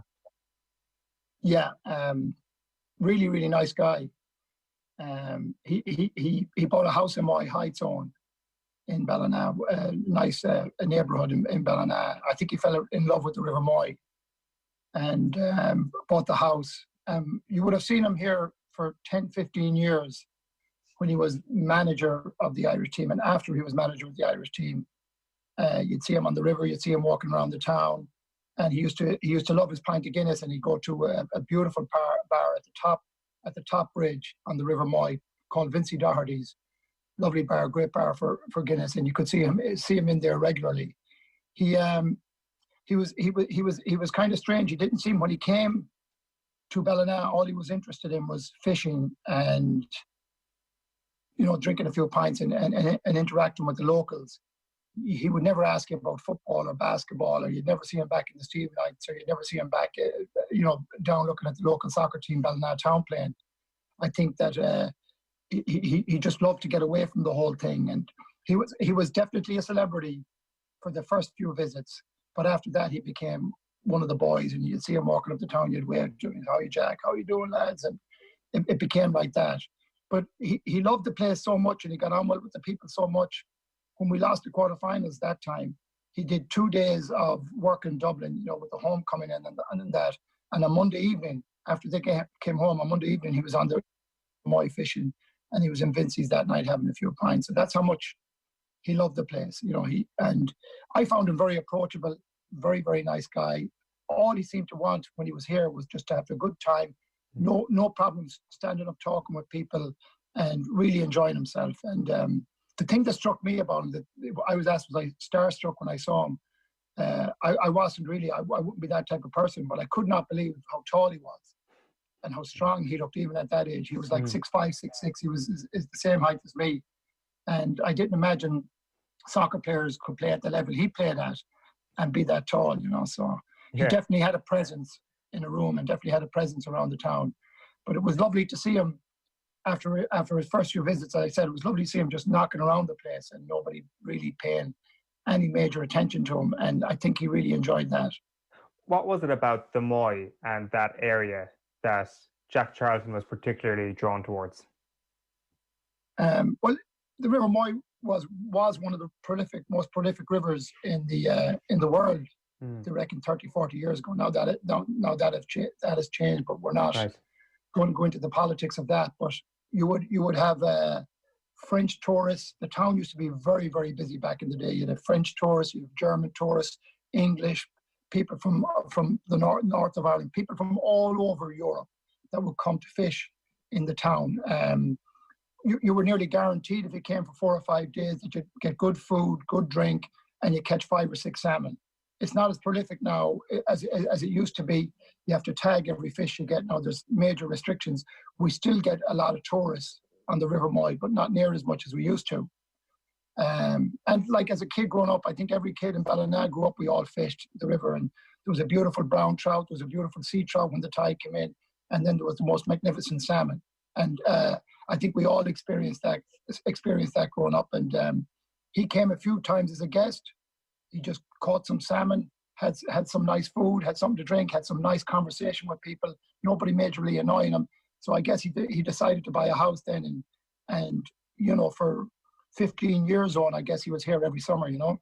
Yeah, that's very interesting. So it was as much to do with the sheer quality of the fishing that was available. Like, I don't really know a thing about fishing, but it was to do with the quality as much as it was to do with getting away from the city and going out to the rest of Ireland on holiday, so to speak. It was actually to kind of, the competitive instinct you would have had while fishing was probably nurtured a little bit, or not nurtured, but certainly explored it a good bit over in Ballina. Yeah, well, you would have you have the 2 bridges, and then you have the Ridge Pool. And the Ridge Pool at the time, and I think it still is one of the richest areas for grouping of salmon in the world. So there's like major waterfalls and weirs, and then you have this pool, and all the fish, all the salmon rest there before they attack the weirs.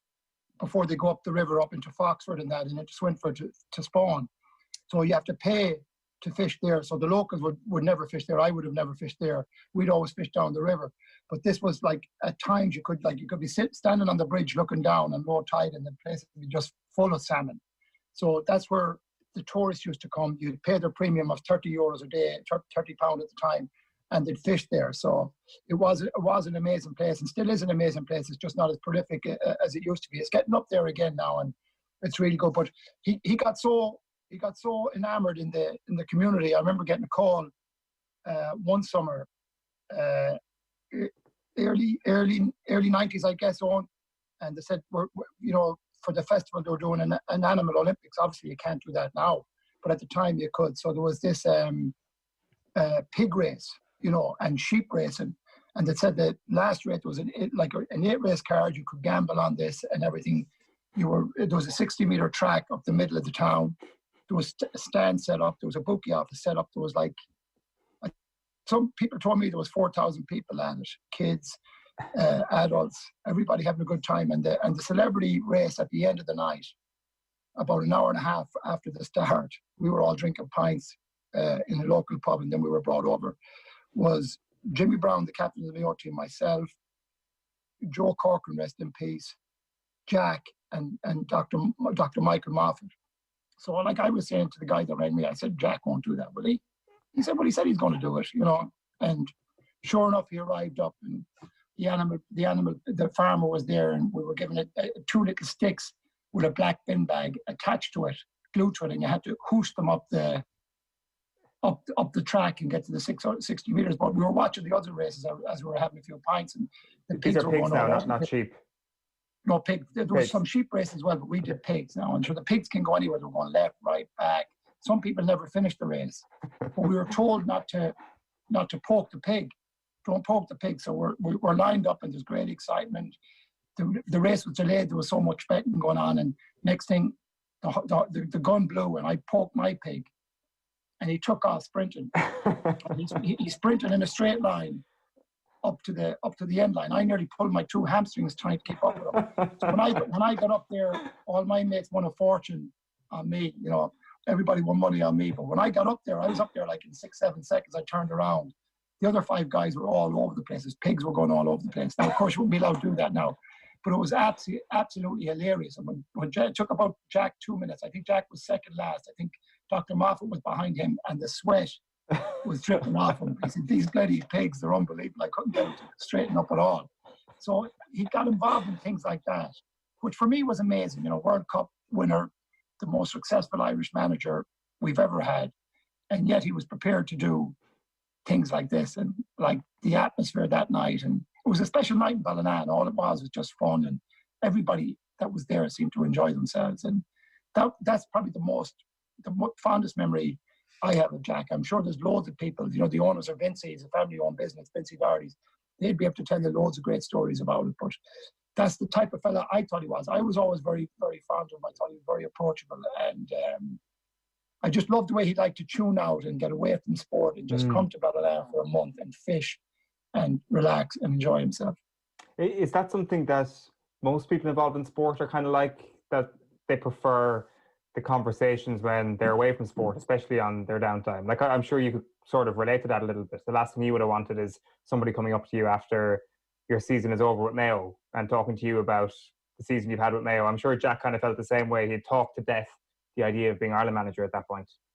I would say so, because when it's really intense, and I guess you get nothing more intense than a World Cup, everybody's exhausted, I would imagine. Like, I know when we played, when we were lucky enough to get all the way and get to All-Ireland finals, by the time that All-Ireland final is over, whether you win or lose, especially in '96 when we got to the drawing game, and the tension and the interest in those 2 games, you're absolutely exhausted after. So all you want to be is with your teammates and hang out and just have a good time. And then you want to get out of there and just relax and maybe go away on holidays and stuff. And that's where you see the modern day player, how many of them go away in late September, early October, just to get a break. So when you're playing at a high level, or you're managing at a high level, that can be very draining on you, and you do need the break. But you see, the area we have, it's a beautiful area. Owen Hand is married to a buddy of mine's sister, and he comes to Ballina all the time as well. Now, Eoin is different because he's a dub. You'd see Eoin, Eoin plays golf. You'd see him back at the Stephenites watching the football, the Gaelic matches. He goes down to Ballina Town to watch Ballina Town playing, and he loves to come here a lot as well. He comes from the golf. He comes from the golf, comes to see his relations. But you see Eoin all over the place. You'll meet Eoin in the pub in Harrison. You'll meet him back at the football match. You'll meet him back down at Blake. He'll be at the soccer match. So it has, even though it's not as busy as it used to be, it has a lot to offer. There's beautiful walkways. You know, the river is absolutely fantastic. Lovely beaches and stuff like that. And you'd see a lot of people like that just love to come, get out of the city, and just hang out and have a good time. You know. There's a lot of talk over the last few days about Jack getting a statue somewhere in Ireland, and I was thinking that Mayo would be as good a place as any to put it. I mean, outside the Aviva Stadium on Lansdowne Road would probably be the obvious choice, but really his home in Ireland, if you had to pick one place, would probably be by the banks of the River Moy. I would say so, and there's just small talk about that. We have two major bridges that road traffic can go over, and we built a footbridge up from that, and people were saying it should be called the Jack Charlton Bridge, but I would say, without a doubt, there'll be something done on the side of the river or down near Vincey's pub where there'll be a plaque put up or something, or a little head and shoulder statue or something. But people are talking about that. It's interesting that you mentioned on, and I think it would be fitting because he spent a lot of time here, and I think he spent as much time here as he could. That I'm not sure if he or his family still own the house, but you would see him here every summer. Until I'd say he got too old maybe to travel on his own and wasn't well enough. But he definitely, I definitely think there'll be something done to mark his presence in the town. Yeah, well, if Waterville can get a statue of Charlie Chaplin, I think Ballina is more than entitled to a statue of Jack Charlton. Liam, great chatting to you and great getting your memories. Thanks a million for taking the call. Liam McHale there. You're listening to OTB AM. It is 8:51 on this Friday morning. We can have a look at the times now. Everybody's finished their run. Shane Hannon is first across the line, first into the first transition at 19 minutes and 11 seconds. Tommy Rooney, a couple of 3 minutes behind him at 22 minutes, and the call then coming in third. Then there's about a 4-minute gap into the over 35s, and you've got Adrian Barry leading the way at 29 minutes, Ger Gilroy on 29.5 minutes, and Nathan Murphy on 30.5 minutes. But that can't be right because Nathan Murphy was the first person who gave an interview. I think Nathan Murphy is after forgetting to press stop on Strava and has inadvertently screwed himself over and put himself in last position. We will check that. They are provisional results. My suspicion is that Nathan Murphy is actually coming in 5th place right after Tom Malone. So we'll check that very shortly. Also, breaking news this morning, the president of the GAA, John Horan, has been out to say that the change in attendance guidelines has delivered a hammer blow to the GAA. The figures are a bit severe on us as an organisation. I call on the Taoiseach and the Taoiseach to review those figures for us. So the idea of 500 people at a GAA game, John Horan wants that to be reversed, and he wants those 500 people back at GAA grounds before August 10th. Right, let's get into Johnny Glynn, because Johnny Glynn is a Galway United legend. He scored the goal that won them the FAI Cup final in 1991, and that summer Glynn almost got capped for Ireland under Jack Charlton. So he was in Boston visiting his family when he headed over to the team hotel to introduce his sister to some of the team to try and get a few photos. He told me the story earlier this week of what happened next. I got to the hotel and I met Peter Byrne, the famous writer of the Irish Times. And Peter recognised me and called me over, and he told me that Jack had been at, I'm not sure if it was the semi-final or the cup final. And he said to me that Jack had considered bringing me into I think they might have played Chile, somebody in Dublin before that, so that I had no knowledge of this whatsoever. And as we were speaking, Jack and the squad arrived in from a training session into the foyer of the hotel. And Peter, he beckoned Jack to come over, called Jack over and said, Jack, this is Johnny Glynn, Galway United, cup final, scored the goal and all the rest of it. And did he instantly recognise you at that point? No. No, did he remember Newcastle at all? Well, this is 6 years ago, so there's no way he'll have remembered 6 years ago. I said Jack would remember 6 months ago, I'd say. But obviously, you'll be thinking tall, lanky centre forward. He'll remember that anyway, for sure. You know, that maybe sticks out. And she just said, "Have you got your boots with you?" And of course, I did have my boots with me, and I would have lied if I hadn't. But because I hadn't played much football, I decided to bring the boots because I would have been doing a lot of off-season or pre-season training, which I did. I went to Boston for a good few summers and trained with a Gaelic team in Boston nearly. One of my uncles, Ailby Glynn, is involved in one of the Gaelic clubs in Boston. So I had my boots, and he just invited me to join the squad. For training, was it a match day call up at that point? Yeah, so this was the next day we had a training session. So actually, Mick Byrne, who was the physio, was there, and he took me away and he brought me off to meet Mick McCarthy. And he brought me up to Mick McCarthy's bedroom, and the door, he either opened the door, the door was open, and brought me into the bedroom, and he was calling for Mick, and Mick was in the bath. So Mick Byrne brought me into the bathroom and introduced me to Mick McCarthy, and then he left me there. He just left me there in the bathroom with Mick in the bath. So you say, you know, do you come here often? No good. There was a lot of bubbles in the bath, so I remember that. Sorry, so Mick McCarthy was he in the bath at this point? In the bath. He was in the bath. Oh, right, okay. So he wasn't just I don't know, shaving in the bathroom or something. He was actually in the bathtub. I say Mick McCarthy's the type of man that after every training session he liked a hot bath. So just left me there. Anyway, the next day. Well, we trained. So before we get into the training, how long does that conversation with Mick McCarthy last? And at what point are you like, right, okay, it's time for me to get out of here? Well, yeah, Mick is a very experienced man, so I'm sure he was very polite, and I can't remember exactly how I made my exit, but that was a nice introduction. Thanks. I remember thanking Mick Byrne for that, actually, just leaving me there in the bathroom. And is this like an introduction? Is Mick Byrne saying to Mick McCarthy, this is your new teammate and all that sort of thing?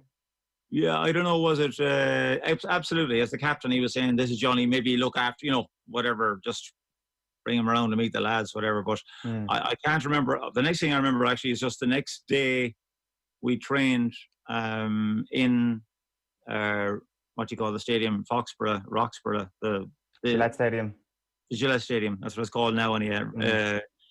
Roxborough, and that's where the game was going to be played. So they hadn't. I don't think they had trained there the first time.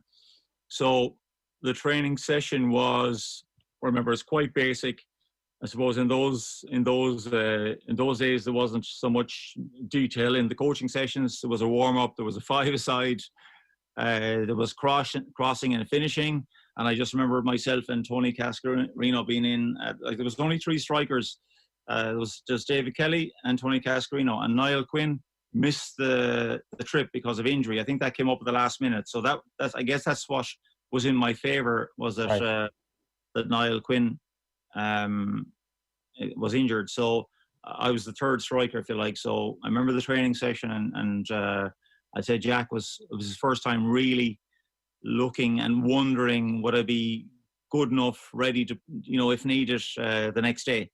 I thought it went okay anyway. I thought it went fine. And the next day was the game. Well, I remember the day of the game, then we had a walk. We had a meal and we went for a walk in before the game, as you do, in a park in Boston. I'm not sure if it was Boston Common. I don't know. Are you familiar with Boston Owen or not? But there's a lot of parks in Boston. So I remember having it was Jack talking to me in the park, and very friendly and helpful.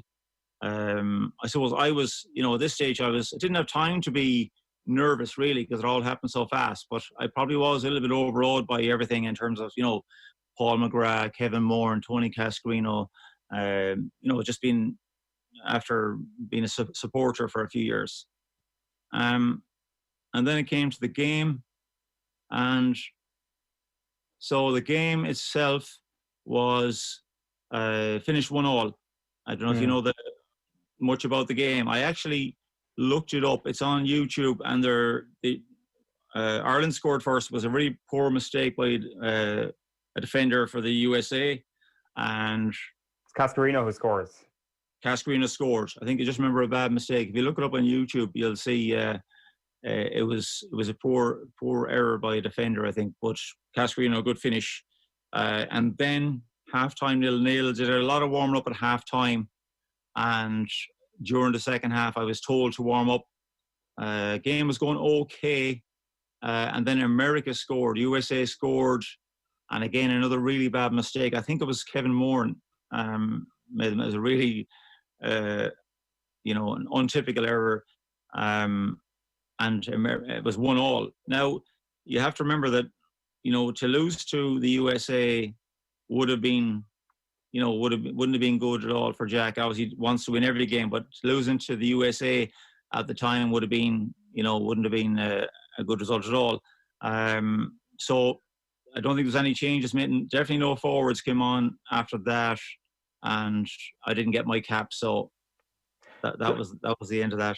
So is there any moment when Jack Charlton is considering bringing you on, maybe at 1-0 up? In my head, yeah, but maybe not in Jack's. Well, you're trying to ready yourself mentally. That was the hardest part. Really, was for me, I suppose, just having the confidence to go on there and believe that I'd be, to do a job for them and that. But it never transpired. But look, I suppose that's where it all ended. OTB AM. This is OTB Sports Radio. Looking for a football show with a bit of a twist? So I know the likes of Griezmann's big into his fashion. He wanted a lot. One question he actually asked me was, could he make his studs light up when he runs? Team 33, the football magazine show for the football purists. Yeah, the Nike Mercurials from 1998. If you just show that boot to an entire generation of people, and they just get instantly nostalgic and remember everything from that era. The very best interviews with the cult heroes of the past, and a look at the cultural side of football. Team 33, live at 9 p.m. every Friday on OTB Sports Radio. Live 24/7 on the OTB Sports app. Missing this? I remember Ollie texted me Solskjaer. One or two people would get hold of my number, unfortunately, and he would text me. Then get this, the all-new OTB Sports app. Off the Ball, Ireland's premier sports channel, now has a new home, featuring the biggest names in Irish and world sports. Podcasts, interviews, news, commentary, analysis, plus almost 20 years of sporting archives. All free and ready when you are, at home or on the go. The new OTB Sports app. Download it now from the App Store and Google Play. OTB AM. With Gillette, we don't just play the game, we change it. Gillette, made of what matters. 9:02 on this Friday morning. Let's bring you the headlines. We'll start with football. Leicester City remain fourth in the Premier League. They beat Sheffield United 2-0 at the King Power Stadium last night. Jose Perez and Damari Gray scored the goals for Brendan Rodgers' side. They remain fourth, 1 point behind Chelsea and level on points with Manchester United. They go to Leicester on the final day, which looks like a tantalising affair. Now, goals from Marcus Rashford and Anthony Martial handed them a 2-0 win away to Crystal Palace last night. VAR playing a fairly big part in proceedings as well. Villa, meanwhile, they're 3 points from safety after a 1-1 draw at Everton. They were 3 minutes away from claiming all 3 points, but Theo Walcott equalised for Everton. Brighton, they're all but safe following a 1-1 draw with Southampton. Danny Ings scoring his 20th goal of the Premier League season in that game. Tonight then, a huge game at the bottom of the table. A win for either West Ham or Watford would effectively assure that team stays up. Leeds then, they're just a point from returning to the Premier League after a 16-year absence. They beat Barnsley in the Championship last night and could be promoted tonight if West Brom don't win at Huddersfield. And then in Spain, Real Madrid secured a first Liga title in 3 years. They beat Villarreal 2-1 last night. In golf, Rory McIlroy is 2 under par after round 1 of the Memorial Tournament in Ohio, where Tony Finau leads on 6 under. Shane Lowry is 1 over and Graham McDowell is 7 over par. Tiger Woods is 1 under. Now, in Gaelic games, the season resumes this evening with club games effectively behind closed doors due to a cap at 200, the amount of people that can attend matches. It means, for example, that only 80 people will be able to attend the Wexford Senior Hurling Championship match between St Martin's and Oulart de Balla. And finally, then there's an 8-race card at Limerick this afternoon, with the first off at 1 o'clock. A 7-race programme at Kilbeggan gets underway at 4:45. We have an update from Tommy Rooney. Here he is on the bike. Halfway through the cycle. Probably shouldn't be doing this, but really strong headwind coming back against me on the way home. Got to push out these next 2 or 3 kilometres with the wind behind my back. And then we've got 7 home against the wind. I hear Shane Hannon messed up his last transition. I'm coming for you, buddy. Great stuff. We will have plenty of updates as the hour proceeds. Everybody's on the bike at the moment, basically, so we're not hearing much from them. They will have one more transition, and I'm personally very much looking forward to the last 2.5k when the jelly legs start to set in. Hopefully everybody finishes, which is the main thing. We are going to have Jason Quigley with us very shortly indeed. He's going to be talking about being linked to fighting Canelo Alvarez, and we're going to have John Duggan with us talking Tiger and Rory and Bryson DeChambeau as well before the hour is out. So it's a busy 55 minutes or so to finish out the show. Just a reminder of what's on the back pages this morning. The Herald lead with Reds stay on scent of Foxes. The Racing Post then on the back page lead with a preview of tonight's game in the Premier League. Iron Will hammers to show their mettle in battle for survival. The Irish Daily Star go with a catchy headline, Rash Bang Wallop. Marcus maintains United's push for Champions League. Basically the same story in the back of the Irish Mirror. Dr. Few. Rashford graduates from uni, then VAR saves United in Selhurst squeak. The Irish Daily Mail. I will be back. Robbie still keen to manage, but will bide his time. We were going through the story earlier on when we had to go over to Phoenix Park. Just to go through some of these quotes again. He says, I'm not in any rush to do things. This is Philip Quinn reporting this morning. The management role, has to be the right one for me. I was assistant for 2 different managers. Mick McCarthy was a great manager to learn off, and Jonathan Woodgate at Middlesbrough too. Down the road, I want to be a manager. There will be the right time. Marcelo Lippi told me last summer not to jump into it. Some opportunities come up for certain people and they can't turn it down. And I get that. I've seen people make that mistake and I hope I'm not one of them. So he's talking sense on that front anyway. Taking the wrong job could be disastrous for a managerial career.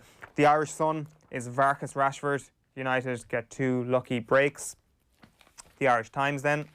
Rashford and Martial strike to keep United in top 4 hunt.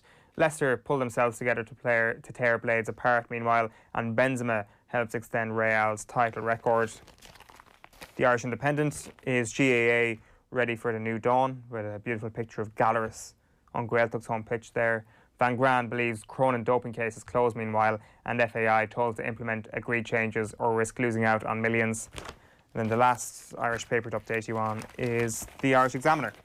Crowd restrictions will cost millions, and Woods get history bid off to a flyer. Tiger Woods, of course, looking to pass Sam Snead and get the record 83rd victory on the PGA Tour. We'll get to Jason Quigley in just a moment, but here is a clip from last night's show, Thursday Night Football with John Giles. Here he is, talking Jack Grealish. That great line when he came back from USA 94 that we ate a little and didn't drink very much, but we'll make up for that tonight or whatever it was. There was a clear charm about the man. He knew his audience, I suspect. Oh, he was brilliant. Honestly, he was brilliant. And the journalists, he got on great with all the journalists. He was absolutely brilliant at that. Definitely, Adrian. He was really good, and like it wasn't all for show. I mean, he got on very well with ordinary people who were supporters at Leeds and particularly, I'd say particularly in Ireland. Although he's a long time at Leeds, I think he was 20 odd years at Leeds, Adrian. You know, and Jack was because when Don Revy took over, Jack played in a Leeds team that were mostly in the second division. And they had a lot of lads in there that weren't good pros, and Jack was one of them. And luckily enough, when Don actually played, you see, so he knew all the good lads and bad lads when he took over. And Jack got his warning from Don: if you don't buck up, Jack, you're out. And he got a grip of himself. Jack really did, and became, you know, in my opinion, at least for 5 years, the best centre half in what was now the Premiership. But he really got a grip of himself. But I think he was 28, 29 when he was picked for England, Adrian. Yeah, John Giles there on Thursday Night Football talking about Jack Charlton, not Jack Grealish, as previously advertised. I think we got Jason Quigley on the line. Jason, good morning. All right, lads, how are you keeping? Very well. How are you getting on? First of all, explain the news to people who haven't heard. You're in the mix to fight Canelo Alvarez this year. You've been listed as a finalist to fight him. What does that mean? Yeah, so there was obviously a pool of maybe 4 or 5, I think possibly 6 fighters at one stage to fight Canelo, and I have been one of those. And now I think it's cut down to about 2 or 3 fighters that are possibly shortlisted now to fight Canelo, and I have been offered the fight. I've been asked would I take the fight, and I said yes, of course I would. And we're just waiting to hear back now on confirmation and things like that there. So fingers crossed the fight can get made and we can get in there and mix it up with Canelo Alvarez. Saying that you are waiting on confirmation makes it sound like you're the front runner here. Well, to be honest, I don't know what Team Canelo or any of those guys are saying that, in terms of this is the guy we want or this is the fight that we want. I haven't a clue. I think John Ryder is one of the other fighters. He could be, for all we know, I could be picked already or he could be picked already, and they're just getting ready to make the phone call to us. There's no inkling to say that I'm a favourite or anything like that there. I haven't been given the nod in terms of my management or Golden Boy haven't told me anything like that. All I know is I'm in the mix, one of 3 other fighters, and let's hope that they can pick me out of it. So the ball is in his court firmly at the moment then. Is this something that you've had your eye on for quite some time when you chalk down the hopes and dreams or the big fights that you want in your career? Was he one of the names that you would have had on that list? Yeah, without a doubt. Canelo has been the face of boxing his last few years, and he's in my weight category. And to get in there and to mix it up with the best in the world, that is if I had the opportunity to fight a Demetrius Andrade or a few of the other world champions in or around those divisions, I would decline all those fights to fight Canelo, because I want to get in there and I want to test myself and see how good Canelo really is as well, because he is the main man in boxing right now, not only in the middleweight, super middleweight division. He is the main man in boxing right now, and this is what it's all about. I want to get in there with the best. I want to test myself. I want to test them, and I want to come away from this sport knowing that I give it absolutely everything. I was in there with the best, and I mixed it up with the best, and I gave it one hell of a shot. It's not just about being one of the best around right now. I think when you look back in his career, after all is said and done, he'll go down as one of the all-time greats. It's a fairly blunt question here. Do you think you have a chance of beating him? I wouldn't be getting in there if I didn't think I had a chance of beating him. That is the first and foremost. Boxing's it's a difficult game. It's a difficult sport. And if I was getting in there with no hope of beating him, I wouldn't take the fight. Do you know what I mean? I know in my abilities, and I know I'm a massive underdog in that fight, but I know the heart and the determination that I have. I'm not going to turn around here and say I'm going to go in there and I'm going to knock him out. I'm not going to do Floyd Mayweather, Conor McGregor prediction on it, but I definitely know that I'm going to give him one hell of a fight. It will be great to come away with a victory. I know I'm going to go in there as a big underdog, but without a doubt, I have victory in my mind with 100% getting in through those ropes against him. You're not going to go full Floyd Mayweather, but if you had to send a message to Canelo, what would it be? You're going to get the fists of fury from the hills of Donegal. 110%. I'm going to give him absolutely everything I have. And if he's good and man enough and able to take everything that I've got, then well and good. And likewise, in his case, I want to take everything that he's got. I want to get in there. I want to test myself. I want to test him. And there's going to be a stage in that fight, if it happens, that, you might need to just get in there and trade leather with him. In against Canelo, I've been watching a few of his fights, and you watch the fight against Canelo and Lara. You know, Lara boxed beautifully in that fight. You know, I thought picked Canelo apart majority of that fight.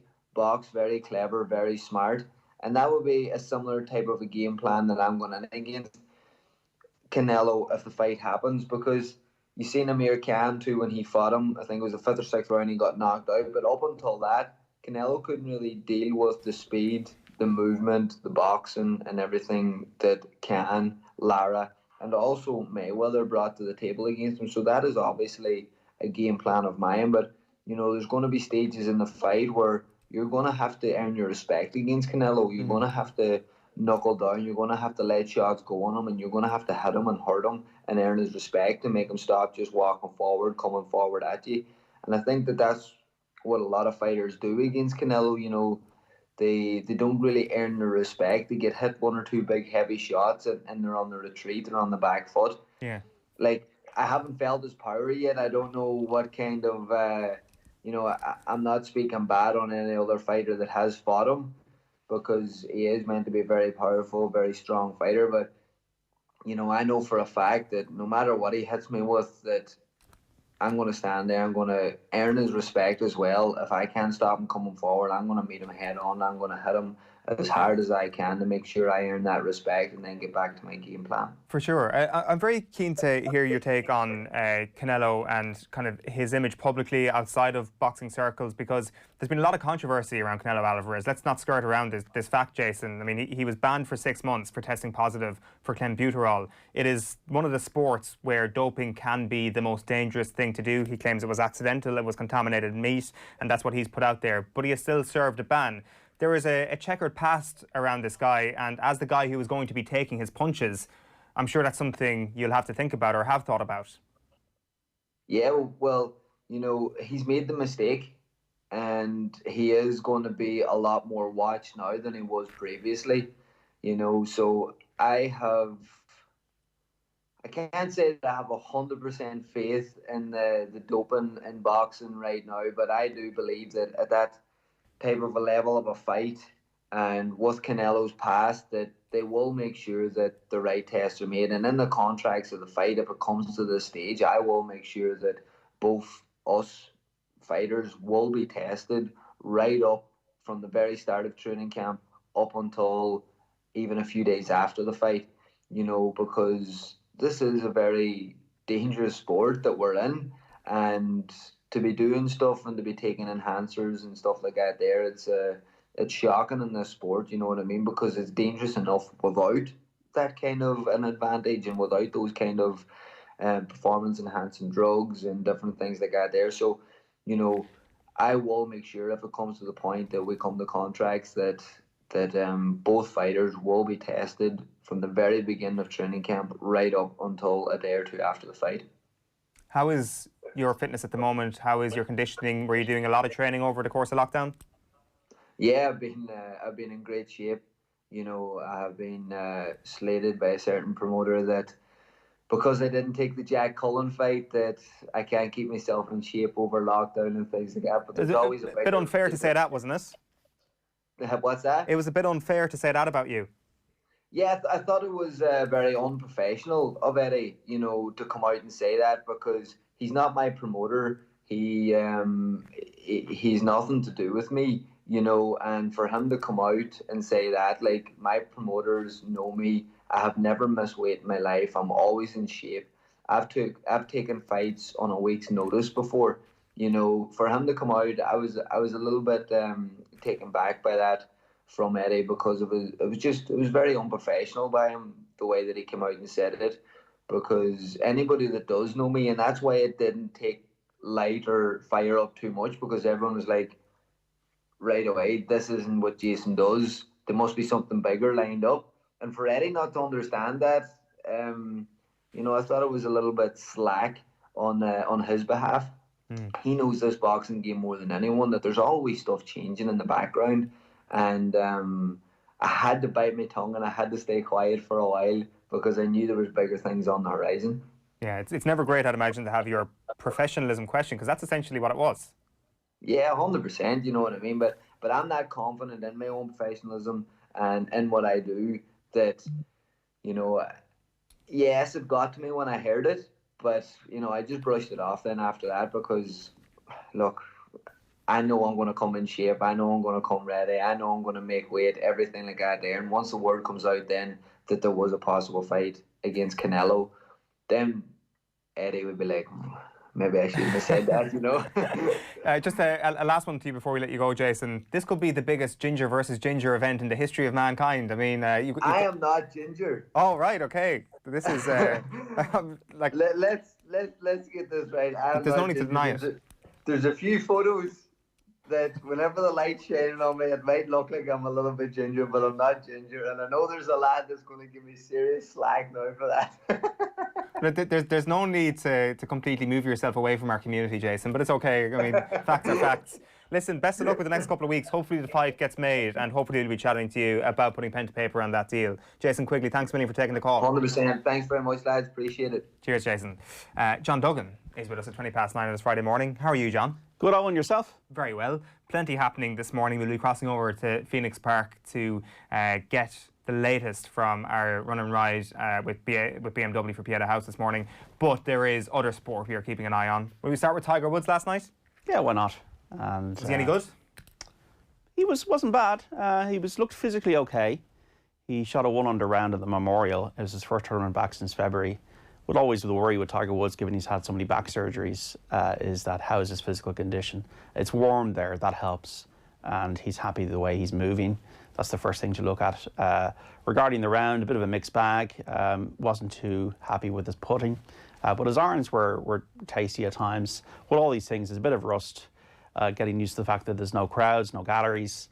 But I think a solid start and something to build on. Too early really to judge, Owen, where Tiger's going to be regarding the rest of the season, I think. Right, okay, because it seemed to me that when you go into a break like this and Tiger has such a long break, this is almost the last opportunity in his career now to recharge, to rethink and go for this one last charge for Jack's record. Is that the way you viewed it as well, that this is now, right, the final chapter of Tiger Woods as a potential major winner for the next couple of years? Well, I thought the final chapter was done. I thought the book was closed on it, to be honest, before the Masters redemption last year.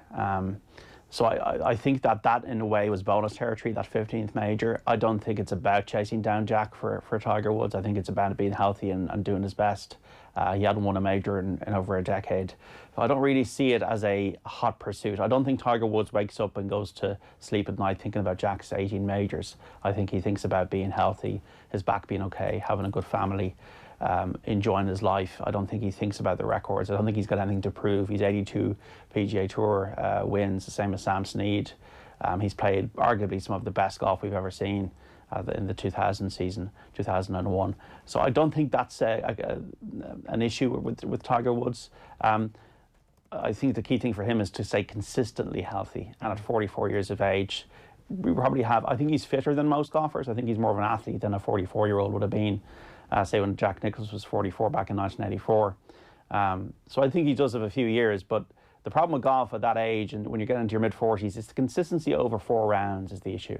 We saw with Phil Mickelson, Ernie Els, Vijay Singh, they begin to wane, and it's that lack of consistency over 4 rounds that could count against Woods. But once you have that iron game that he has, you're always going to give yourself a chance because his irons are beautiful. He's a great second shot player. Shane Hannon and Tommy Rooney are both off the bike. Let's start with Shane, and here's what he's had to say after finishing the second leg of his duathlon. Right lads, that's the cycle 20k over. Absolutely botched the transition from 5k to 20k. It was like a 4x100 meter relay in the Olympics gone badly wrong. Chain went off, but we got there. Lost about 2 minutes, so better keep going and get this run finished. Tommy Rooney and Andy Collar probably breathing down my necks. I know Jerry Gilroy's strong on the bike as well, so we'll keep her lit. Nearly there. Just finished the 20k cycle. Jesus, I did not budget for that wind. I think I did it in about 45, 46 minutes. I'll be honest, I'm disappointed. I was hoping for about 40 on the bike, but the wind's got me. Probably didn't map my route out properly. That's the gift of being a rookie at these duathlons. I have no idea where the lads are at. I tried to listen to the show for a minute while I was cycling. Probably slowed myself down. I've a fair idea that I stopped my Strava halfway through it for maybe 100 metres, but that's just excuses, and we're not in the game for excuses. There's 2.5k to go. My legs are in bits. I've done this once before and the first K was really slow, so that's how I'm going to take it. Slow first K, try and finish up the hill against the wind as fast as I can. Yeah, Tommy and Shane there after finishing the second leg of their run and ride. So as they told you there, 2.5 kilometres to go. Not sure if anybody else is actually off the bike just yet. I think it might actually just be the two of them, but we'll keep you updated. John, just a final one on the golf then from last night. I mean, everybody was looking at Bryson DeChambeau when he stood onto the first tee. Obviously won his last tournament when he was out playing 2 weeks ago. Bashed off the tee. Was it 420 yards he got off the first tee yesterday? What's your view been on all of this and how DeChambeau has really inserted himself into the big hitters in golf over the last couple of weeks and gone to a whole new level? Oh, the first thing I want to say, I kind of feel like going on one of those cars like the Tour de France zone beside the lads with the big megaphone going, keep it up lads, keep it up, well done, and then just speeding off. That'd be kind of funny, a bit cruel as well, but no, we really appreciate what they're doing this morning. It's fantastic for Pieta House. Bryson DeChambeau, it's a bit of a fad for me at the moment. Wait and see. Let's wait and see in the major championships that happened this year, the PGA, the US Open, the Masters. He was 1 over par yesterday. Length isn't everything. It's great that he's finding these new rhythms, these new scientific methods around speed and hitting the golf ball, but the courses determine how well you're going to play. Obviously, it's an advantage to be bombing it down there, but if you're finding the rough all the time, it's not going to be an advantage. Sometimes you actually can go too far because your approach shots then are not dialed in perfectly. So I have to wait and see. I want to see Bryson DeChambeau do this consistently, and I actually want to see that people are saying that he's changed golf. Well, he's changed golf when he's winning major championships playing like this, and he hasn't done that yet. So it's an interesting transformation, should we say, with Bryson over the last year. He's obviously trying different things, but beef is not necessarily going to pay for your steaks. And I'll have to wait and see in a big tournament down the stretch if this is actually going to change things. At the moment, for me, it's a little bit of a fad. We'll be going back to Phoenix Park in just a moment. A quick word on Spurs. John, it's been an interesting few weeks. If we were having this conversation this time last week, we probably would have been saying Jose in or Jose out. It's not been a bad week for Jose in the meantime. It hasn't. Always winning a North London derby, even though there's no fans, is very impressive. It's such a classic Jose match. Like it was a python stranglehold around the neck. Arsenal went ahead. They got a lucky goal to equalise, and then a classic Jose sucker punch with that Alderweireld winner with the header from a set piece. Then they went to Newcastle and won. Harry Kane 2 goals. Jose will be around. He's going to have one full season. I was reading in the paper today that he wants a centre half, a right back, a holding midfielder, and a striker. Where he's going to get the funds or how he's going to get these players in, I don't know. He's going to make Spurs competitive, but not pretty. And I think what Pochettino made Spurs into was a team that was successful. Most successful team since the 60s in terms of league position, but also exciting to watch. Lots of possession football, lots of pressing, lots of attacking football. Jose's football, I think, has befuddled the players a little bit over the last few months. It's more aggressive, Lo Celso being the key man in that so far. It's counter-attacking. And they haven't really, I don't think, got in sync with it yet. But it's getting better. And he just wants players, especially up front in the last few weeks, that have been able to last the pace. Otherwise, then your counter-attacking game begins to creak. But they only really struggled, I really felt, away to Sheffield United when the decision went against them. And against Manchester United, they're very much the second-best team in the second half. So this theory that Jose is a busted flush, and there was the Ancelotti game against Everton, I think they'd won 7 Champions Leagues between them, 5 as managers. 7 with Ancelotti's history as a player. But I don't think he's a busted flush, but I do think his stock market price has dipped. I think he needs one full season, but Jose generally, apart from the underdog years at Porto, he generally has needed money to compete. And what money will he get? Spurs are a club that rely hugely on gate receipts, on the match day revenue. The stadium has cost a fortune. They're not going to sell Harry Kane. He's 2 years into a 6-year contract. Who'd buy him for the bargain that Levy would want to push? So therefore, it could be a Europa League style vibe with Spurs, and I don't think I would have the excitement that I think fans of Chelsea and Manchester United can have going into the new season as a vis-a-vis Liverpool and Man City. Let's go to Phoenix Park. Let's hand you over to Joanna, who's in conversation with Nathan Murphy. Okay, so Nathan, well done. You're in off your bike now. How's that? Yeah, it was tough on the flat bit. The wind was a gale force wind, which meant it wasn't much fun. It was about a half a kilometre of downhill enjoyment, and the rest of it was pure pain. So I'm not looking forward to this 2.5K to try and catch up to Gilroy, but sure, no sign of Adrian Barry so far. That's the main thing. Brilliant. Well, look, we'll let you get out in your run. I'm gone. Joanna, you're still there, are you? I'm still here, Owen, yeah. How are they looking? So how have things been going for them? Who's looking the best? Who's looking the sharpest? So the excitement is absolutely rife here now. Competition is definitely hotting up. The front runners now are Jer and Tom are out there. So I think Jer came in off the bike just ahead of Tom, and Enda was just behind them then. So the three of those are quite close at the front. And then there's probably about 5 minutes back to Nathan, who's just gone out in his run. And we're just waiting on Adrian to come in off the bike now at the moment. So we should have him coming up the Khyber Pass here in Phoenix Park any minute. So they haven't had the easiest down the bike course this morning. It's windy here, and they do have to come up the Khyber Pass 5 times. So they're doing great. You've buried the lead there. Enda has been passed out by Jer. That has happened, yeah. So just a few minutes now, not by a huge amount. I would say there might be 60 seconds in it, I'd say. Right. Well, I wanted a chain get broken or something. That is quite the upset, Joanna. You brought us a big story there. We leave you to go and dig up on some of the facts there, and we'll get back to you very shortly. That is Joanna Doran from Triathlon Ireland, live from the Phoenix Park. So the big developing story this morning is that Enda Call has been passed out by Ger Gilroy. So could an over 35 actually win a section of the under 35 race? That would be quite an upset. I know how it feels, Enda. It's not great. John, we were talking about Tottenham, talking about Jose.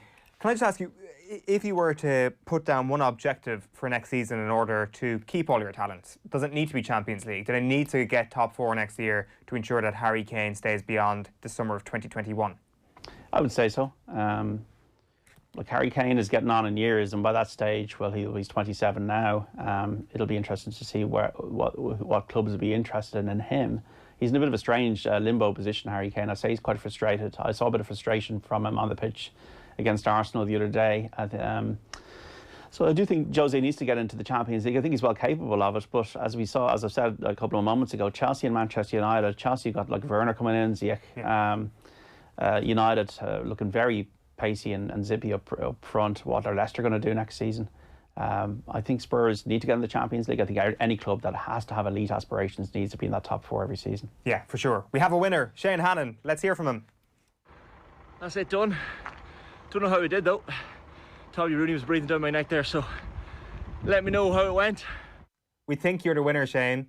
There was a taxi behind him there. Like, I mean, do we know for sure that Shane Hannon isn't hopping in a taxi and just getting driven to the finish line? He didn't even sound that out of breath. Like Dastardly and Mutley in wacky races. Exactly. Get to the end. He sounded less out of breath there than he did after the first run. We will need to verify the times here to be 100% sure. He is first past the post, but as you will know, we're doing this in 3 different locations. We've got Shane up in Monaghan, we've got 6 people in Phoenix Park, and then we've got Tommy down in Clare doing this. So we do need to verify that he is indeed the winner, but he is first past the post.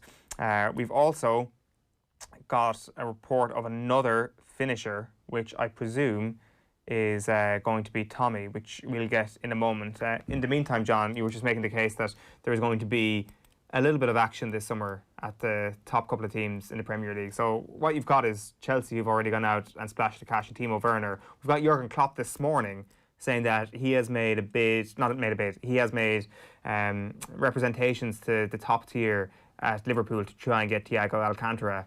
Is there a situation here where this summer actually does turn into a low-key, big spending summer because teams are looking around at each other and the Timo Werner thing has kind of been the first domino? I would say it's more like the Alexis Sanchez situation when he went into Milan from United. I think it's going to be a lot of loan deals. I think the COVID-19 situation is still over everybody's head. And I think like when you're seeing Benzema being the star of the show at Real Madrid and in a resurgence in an Indian summer of his career in his 30s, that says to me that we're going to have to wait a while. We're going to have to wait a while and see what happens. As Donald Trump says, we'll see what happens between July and October regarding the transfer window and see what the first sums will be I'd be surprised if society just returns to normal and the Premier League returns to the bubble of crazy money. The fact that they've got to pay all these players these wages under these contracts, they've got to fulfil and honour these contracts, they've got no gate receipts coming in, there's been a rebate to the broadcasters, and I think there'll probably be a lot more loan deals and short-term fixes for certain things rather than 200 million for Harry Kane from Man United to snap him up from Spurs. I just can't see that kind of thing happening at the moment. Tommy and Shane are on standby. Lads, congratulations on finishing. Thanks very much. How does it feel, Shane, first off? Lads, who won? Well, I don't know who won yet. You were first past the post, Shane. And I think, actually, this will kind of be news to the two of you. I think that'll actually be possibly the most accurate representation we have of a head-to-head, despite the fact that all the other lads were actually running together in Phoenix Park. Nathan forgot to stop at Strava at the right time. He stood for too long for an interview. I think, actually, the fact that you were first past the post, Shane, means you have beaten Tommy Rooney. So, commiserations, Tommy. But Owen, I saw a lot of chaos. My WhatsApp was hopping when I was cycling. I want these scores added up properly. I want official scores taken here. We will go to the adjudication panel. Don't worry. Triathlon Ireland will be looking into these scores to determine. You can't be giving Hannah this trophy already. Oh no! There's no celebration lap here. My suspicion is that you have one, Shane. But I mean, you're the clubhouse leader. You're the clubhouse leader. Let's just say. Well, I think if you add up the times, my lead would just only extend. So, from Tommy's point of view, you should probably just leave it at this. But he came close to the post. What happened? Look, it was the handover from 5k cycle to 20k 5k run to 20k cycle was absolutely abysmal. I mean, the chain on my bike went. I spent 2 minutes trying to fix it. I actually sat down and gave up and told my mum, who was with me, right, that's it. I'm going to ring the lads and do a bit of a funny Skype call here. Chain's broke, can't cycle anymore. And give it one last try, and lo and behold, it worked. So wow. Lost a couple of minutes, but I got there. And from there on in, it was nice. Rain. I don't know who said this morning that Monaghan is a very flat county, but it's known as the Drumlin County. And you look at the terrain that I just cycled, and it was quite hilly. So I think that's fake news right there. Yeah, go on, Tommy. So I was in touch with Shane last night. So myself and Shane had to sort out these routes. Obviously, they're slightly separate to Phoenix Park. And I went to school in Monaghan town, right? So I know Monaghan quite well, and it is quite hilly. And I texted Shane, and I was like, where are you going to start? Where's your start point and finish point? He hadn't really mapped it out. He was going to start at the top of the cathedral, which is possibly one of the highest points. I'm not going to say Ulster, but in the northern counties. It's one of the highest points. He was going to start there and get that incline going down. And I don't know what he was going to do on the way back up, but I don't know. I think we're going to have to look at the maps here and compare the inclines. I'm not happy that Hannon has beaten me here. We have sour grapes, ladies and gentlemen. We also have another finisher, Adrian Barry. Come on in. Oh. So Adrian is here. He's just in off the bike. He's about to head out onto his 2.5k run now. Adrian, how are you feeling? I changed him off. I also managed to break my hamstring in the first half of the run. So yeah, I'm actually shattered. But I mean, I'm delighted for the lads that they're all ahead of me. Brilliant. We'll let you go out and get going on your 2.5k run. Good luck, Adrian. Joanna, just to reiterate there for us, we could just about make that out. Was there a chain and a hamstring there that has gone for Adrian? Chain and a hamstring, yeah. Oh, so mechanically he's there for Adrian, and he's heading out. He does look to be running comfortably enough as he heads onto his run, though. And Enda has actually just crossed the line here to finish as well. So right, well, gathering himself have finished. We may as well speak to Enda there whenever he's ready to talk, because Enda was in a very precarious situation here. Ger passed him out, and Enda managed to obviously get back into the lead. So while you're trying to get Enda there, Joanna, we'll just go back for a quick word with Tommy and Shane. Tommy, how does it feel? Is there a big endorphin buzz off the end of this? Like, it looks like it was horrific conditions down there in Clare. I'll be honest, Owen, I got absolutely saturated. But to be honest, the rain wasn't the main issue. It was the winds. And I hadn't budgeted for it. I thought I had prepared properly for this. But to be honest, I'd never really properly done a full duathlon before. Like, I kind of prepared for it, and, you're doing your training and you're tipping away. But I'd never fully done it. So I found it tough. There is an adrenaline buzz when you do it. It's so enjoyable. I'd love to do one again in a couple of months' time. We have the times. Right. We have your accurate times, Shane and Tommy. I can say that this is extraordinarily tight. The chain did make a difference, Shane, I will say. but how big a regret will it be? So, Tommy finished with an overall time of 79 minutes and 8 seconds. Shane Hannon finished with an overall time of 78 minutes and 12 seconds. So Shane Hannon is your BMW and Triathlon Ireland run and ride for Pieta champion. Congratulations, Shane. Thank you very much. Where's my martini glass when I need it? Fair play, that was actually pretty close, lads. Well done, Shane. What do you mean that was pretty close? What are you being condescending for? We're in the full forward brigade, me and you. We're not supposed to have it in the legs. To be fair, Tommy, we should have done it remotely together. We could have crossed the line together in. It could have made a difference. That would have been drama, wouldn't it? Egging each other on. Yeah. But are we sure, Eoin, about those times? Yes, we're sure. We're 100% sure. OTB AM is live in association with Gillette, made of what matters. Let's go back to the Phoenix Park. Joanna, do you have the bronze medal winner with you? Hi, Eoin, we do indeed. Ended here. He's just finished, as has Tom and Ger. And how are you feeling? Shattered. Coming into that last 2.5k, was a straight up there. It's sort of a slight incline, but my legs were down. The time it was much tougher than I thought it would be. And how did you find coming off the bike and heading on to that second run? That's new to you, is it? Yeah, it's new enough to me. I'm more annoyed at the fact that these two lads behind me were actually somehow magically passed me out along the way without me seeing them. So I don't know if they were on a different course than me or not at the time, but I ended up passing them out on the run anyway, so that's all that matters. Did I keep my job? Because beforehand I said if any of them lads beat me, I'd quit, so happy enough to still be in a job after that. Brilliant. And just to let you know, provisionally you're in third place. Shane and Tommy, we'll see what it all adds up to when everyone's Stravas comes in, but at the moment... Yeah, I did say I'd be happy with third place, so I'll take it. We might get Ger into the prime microphone position there, Joanna. We may as well tell Enda to stand aside and get Ger to just stand behind that microphone. So Ger came in fourth place, Joanna. Is that correct? You're in fourth. Yeah. So you came in there in fourth behind Enda, or was Tom in front of you? I missed his. Oh, Tom's in front of me. So Tom was marginally in front. Ger, how are you feeling after that? Actually, pretty good. It's the endorphin run that we got after the tiny little bit of the cycle. You remember that, Eoin, when you were last as well. But it's a brilliant thing to do, isn't it? It is. The problem I got it without wind, though. You just want to get after side right into the wind. The running track is kind of cruel because we finish up a hill and it's actually marked out like 500, 400 feet on the ground, and your head is down, desperately trying to fall over your feet. And you get up the top of the head like, yes, turn the corner and wind smash you like an atomic bomb. So. And how did you find the challenge over the last 6 weeks? It's been great. It has again having the training group to do it was kind of key, I think, because actually you end up driving everybody on. Obviously, it's something you can do and you can hook into groups virtually. Essentially, is exactly what we did. So Joanna, we'll come back to you in just a moment, Joanna, if that's okay. We're just going to let you go, John. Quick piece of analysis on what you've seen. Our studio guest here, deserved winner overall.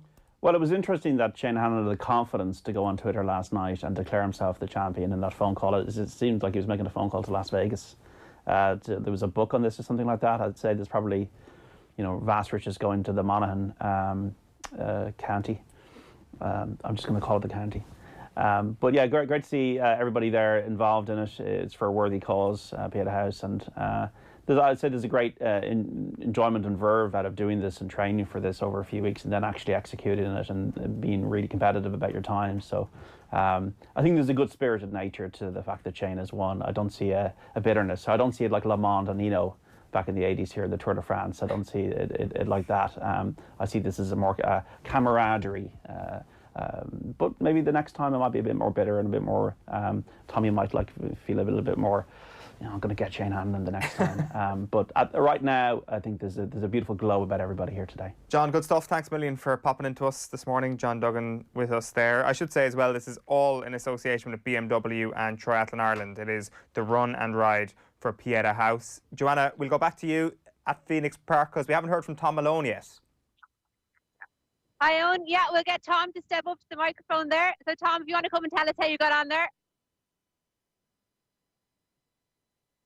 How was that? So you're in fourth place for it, isn't it? Yeah, I'm. I think I took a bit of a wrong turn the first cycle as well. It's like a crap lap the cycle. So after a windy day, and Brilliant. Is that your first duathlon? Yeah. No, it's the first time doing it, and it was good. Yeah, no, it was really enjoyable. I'm wishing now I trained a little bit harder, but yeah, it's really enjoyable. Look, with the lads as well, like, you know, lockdown's been really weird. It's just one of those things that we've kind of grouped together and it's been a good bit of banter. And like I said, I haven't actually seen the guys since March, so it's the first time we've all kind of met up, but all working from home and remotely and stuff. So yeah, it's been good, and yeah. Brilliant. And there's a big headwind out there today. And what was it like coming up the Khyber Pass 5 times on the bike? That is no wonder they call it the Khyber Pass. Yeah, it's just it's such a weird track because you try and kick out of the hill and the turn is so bad you just can't get any momentum, and then it doesn't even look that steep, and then you just drop and then gear after gear after gear, and you're thinking, do I not have any more gears to go down? It's pretty tough going, and then we just try and get a little bit of a roll. You come back into here and it's just headwind the whole way down. Another time you just try and whatever. So yeah, tough enough for us. Brilliant. And have you any goals set now for after the duathlon, or what's next? Yeah, I'm trying to. We'll definitely give it another bash next year, and yeah, we'll see how we go. I feel like my swimming advantage has been totally taken out of it by the duathlon element as well. That was my ace in the hole for this when it was a triathlon. So yeah, I'm just happy to have gotten through it, to be perfectly honest. Great stuff. Well done, Tom. Thanks, guys. Great stuff. Joanna, what's your view been on how everybody's done so far? Oh, like it's there's a great atmosphere down here this morning. They're doing great, like, and everyone kind of has been giving it everything they've got this morning, you know. So, we're just waiting for Adrian and Nathan to come back in off their 2.5K run. So they shouldn't be too much longer now, I'd say. And we should see them coming up behind us shortly. But the lads seem to all have gotten on really well this morning, and you know, they're looking pretty, you know, they're looking fairly fresh considering what they've just done, you know. In terms of times now, we've got Enda, who's finished up on an overall time of 85 minutes and 55 seconds. However, he ran 0.2 of a mile extra on the first run, so he put himself out there a little bit more. And then Tom finished with an overall time of 86 minutes and 6 seconds. Are these good times? Yeah, I mean, like, they're, especially you got to take into consideration, like, when you look at a time, you're not just looking at the time on a flat course, you know. So I suppose this morning the guys are really battling the wind out here, as you can tell, and the fact that they do have a bit of a climb, a long climb on the bike as well. So that definitely factors into those times. So when you look at a time, they've done really well for the conditions that they faced here this morning. Yeah, absolutely. We'll be back there shortly. We are live with Gillette, made of what matters, and as I say, back to Phoenix Park in just a sec. We've got more reaction coming in just a moment, because we've got Manchester United's win at Crystal Palace. That was live and off the ball last night. It was a great night for Ole Gunnar Solskjaer and his Champions League drive. Plays to Martial, to Fernandes. It's now Rashford. Rashford towards the 6-yard box. He puts it into the right corner. It's a goal for Manchester United. It's Crystal Palace 0, Manchester United 1. The Crystal Palace defence falling apart there just near the half-time whistle, and it looks like United will take a lead in at half-time. To Rashford. Rashford to Martial, and Martial tucks the ball past Guaita. A brilliant move by Manchester United, all finished off by the French striker. It's Crystal Palace 0, Manchester United 2. Given that Liverpool, like, let's call it whatever, lapse of concentration, and it'll be over a number of games because they've had the thing sewn up so early, how difficult will it be for them then to turn that back on again when they need to next I don't season? think they'll turn it back on with the remaining matches that they have, because it's not going to make any difference. Like, even the record they could have, if there was any sense in that for them, that's gone. What Klopp will be thinking about now is next season, Adrian. That's what they'll be thinking. Get the season over. And now you've got something to play for again next season. But what I found, even with Leeds, when we won it in '69, it was hard to get, even when the competitive matches started next season, Adrian, to get to the level of concentration and effort we had towards the end of the season. Do you know what I mean? Because now you've got a whole season to go at. Don't forget the main thing for Liverpool last year was they'd just been nicked for the title by Manchester City. So if you look at City's attitude starting the season, it wasn't the same as Liverpool's, because Liverpool didn't do it. Now they have to do it. That's the way I see it anyway. So I think I would forget all about form for Liverpool until this season is over, and then I would expect them to start the next season to be back on the trail again. Particularly from the two people who made the 2 hours, given the quality that they've delivered over the last couple of years, it was maybe all the more incredible of it. But I'm sure, John, that Mikel Arteta was back in the Arsenal dressing room afterwards and saying, "Listen, I'm tackling the culture here. I've put Guendouzi out with the trainer on his own, and we've got a result against one of the best teams on the planet, lads. We've turned the corner here." Maybe doesn't tell the true story then from what you're saying.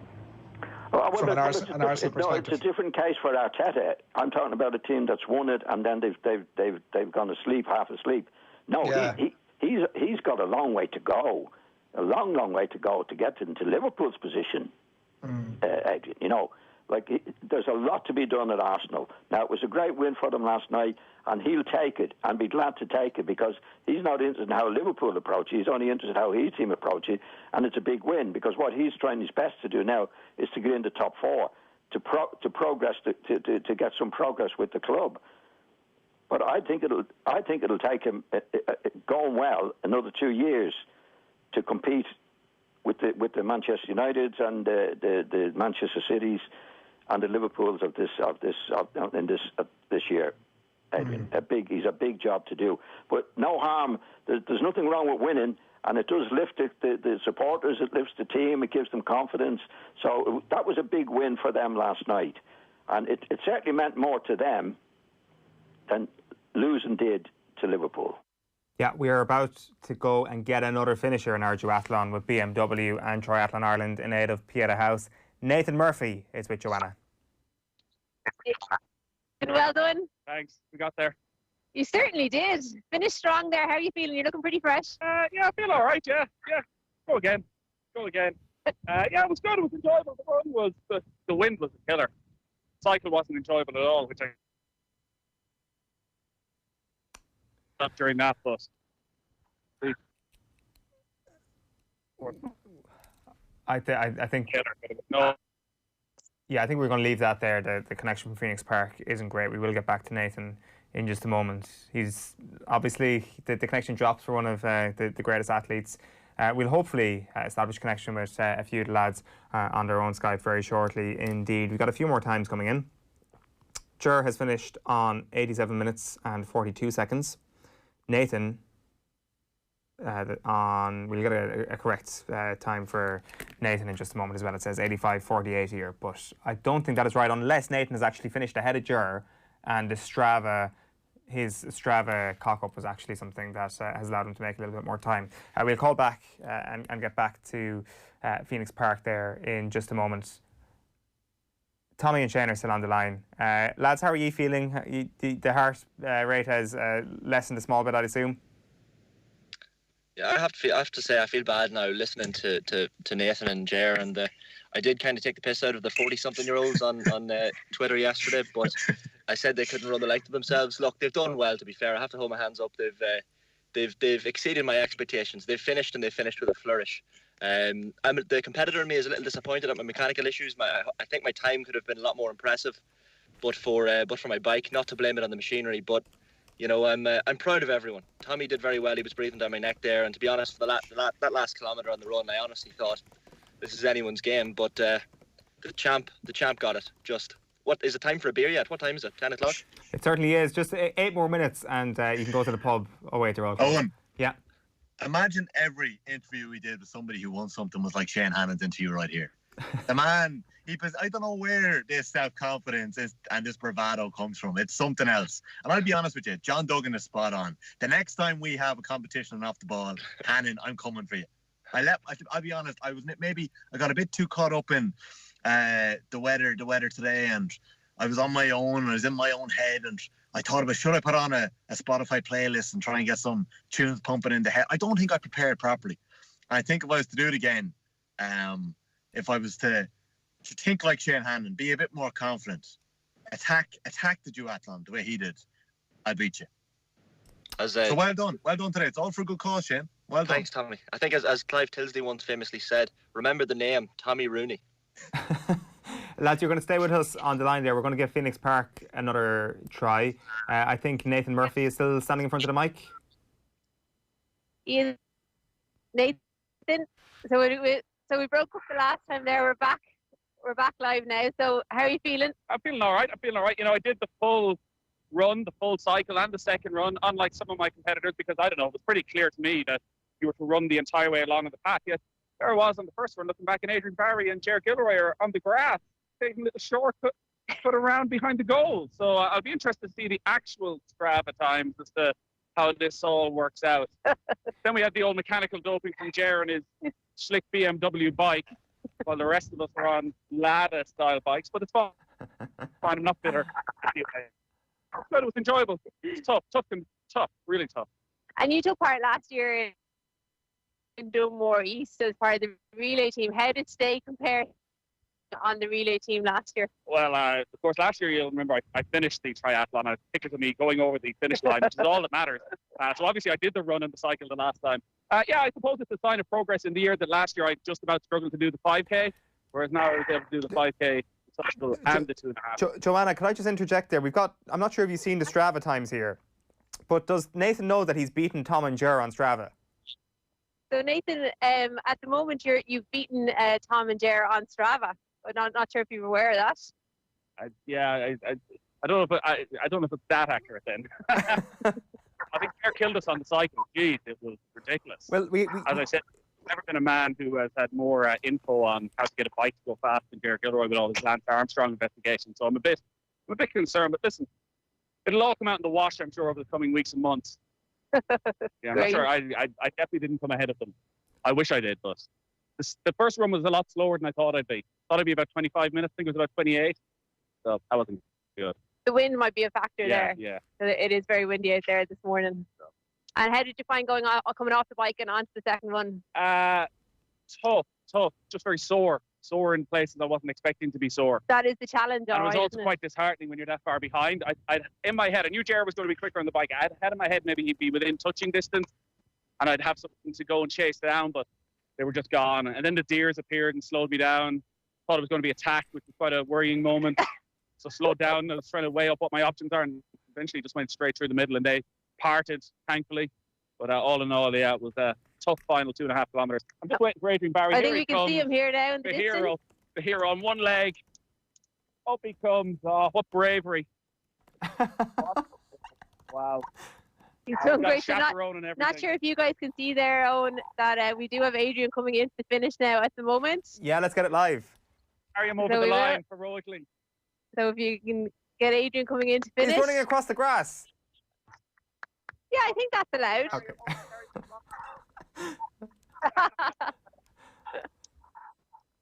So that's Adrian finished now. So that's all 5 in the Phoenix Park, home and dry. Yeah, let's get the interview with Adrian here. This is the big one.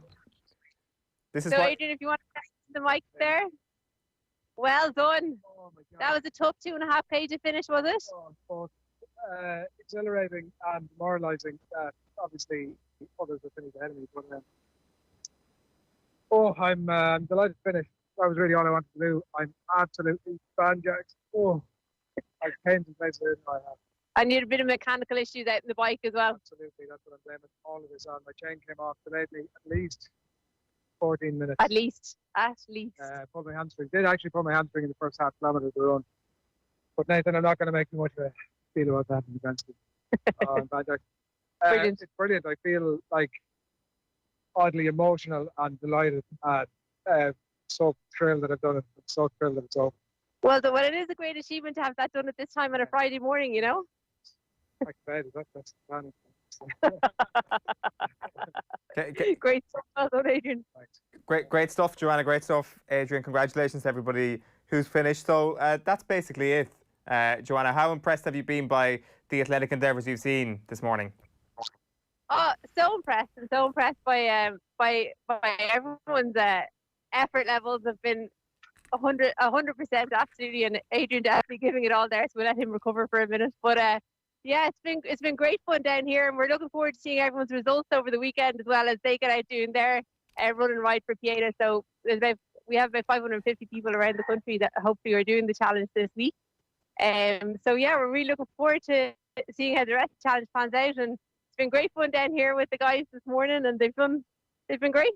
What's next for somebody who's just finished a run and ride? I suppose that it's been a great base. So over the 6 weeks, they've been kind of building towards the duathlon now. And I suppose the next thing for people having done a duathlon is to take on a triathlon. So that's kind of the next logical step. So we'll make sure to take you up on that, and the lads, I'm sure, will be out in full flow for a triathlon next up. Joanna Doran, it's been great all morning. Thanks a million for joining us. Joanna Doran of Triathlon Ireland. Just confirming that the adjudication panel is still looking at a lot of these times. They're going to review and verify the times VAR style, and we'll let you know on our social media account before the end of the day where exactly everybody's finished. But we know that Shane Hannon is the champion, so congratulations to Shane Hannon. In second place then, Tommy Rooney. The two lads in Monaghan and Clare, we didn't really have our eye on them, but the two of them came home first, so congratulations to them. That is our lot from the OTB AM Duathlon special. Off the Ball is live tonight and all across the weekend as ever on your radio. We'll be back on Monday morning in association with Gillette, made of what matters. Have a good weekend. OTB AM. With Gillette, we don't just play the game, we change it. Gillette, made of what matters. OTB's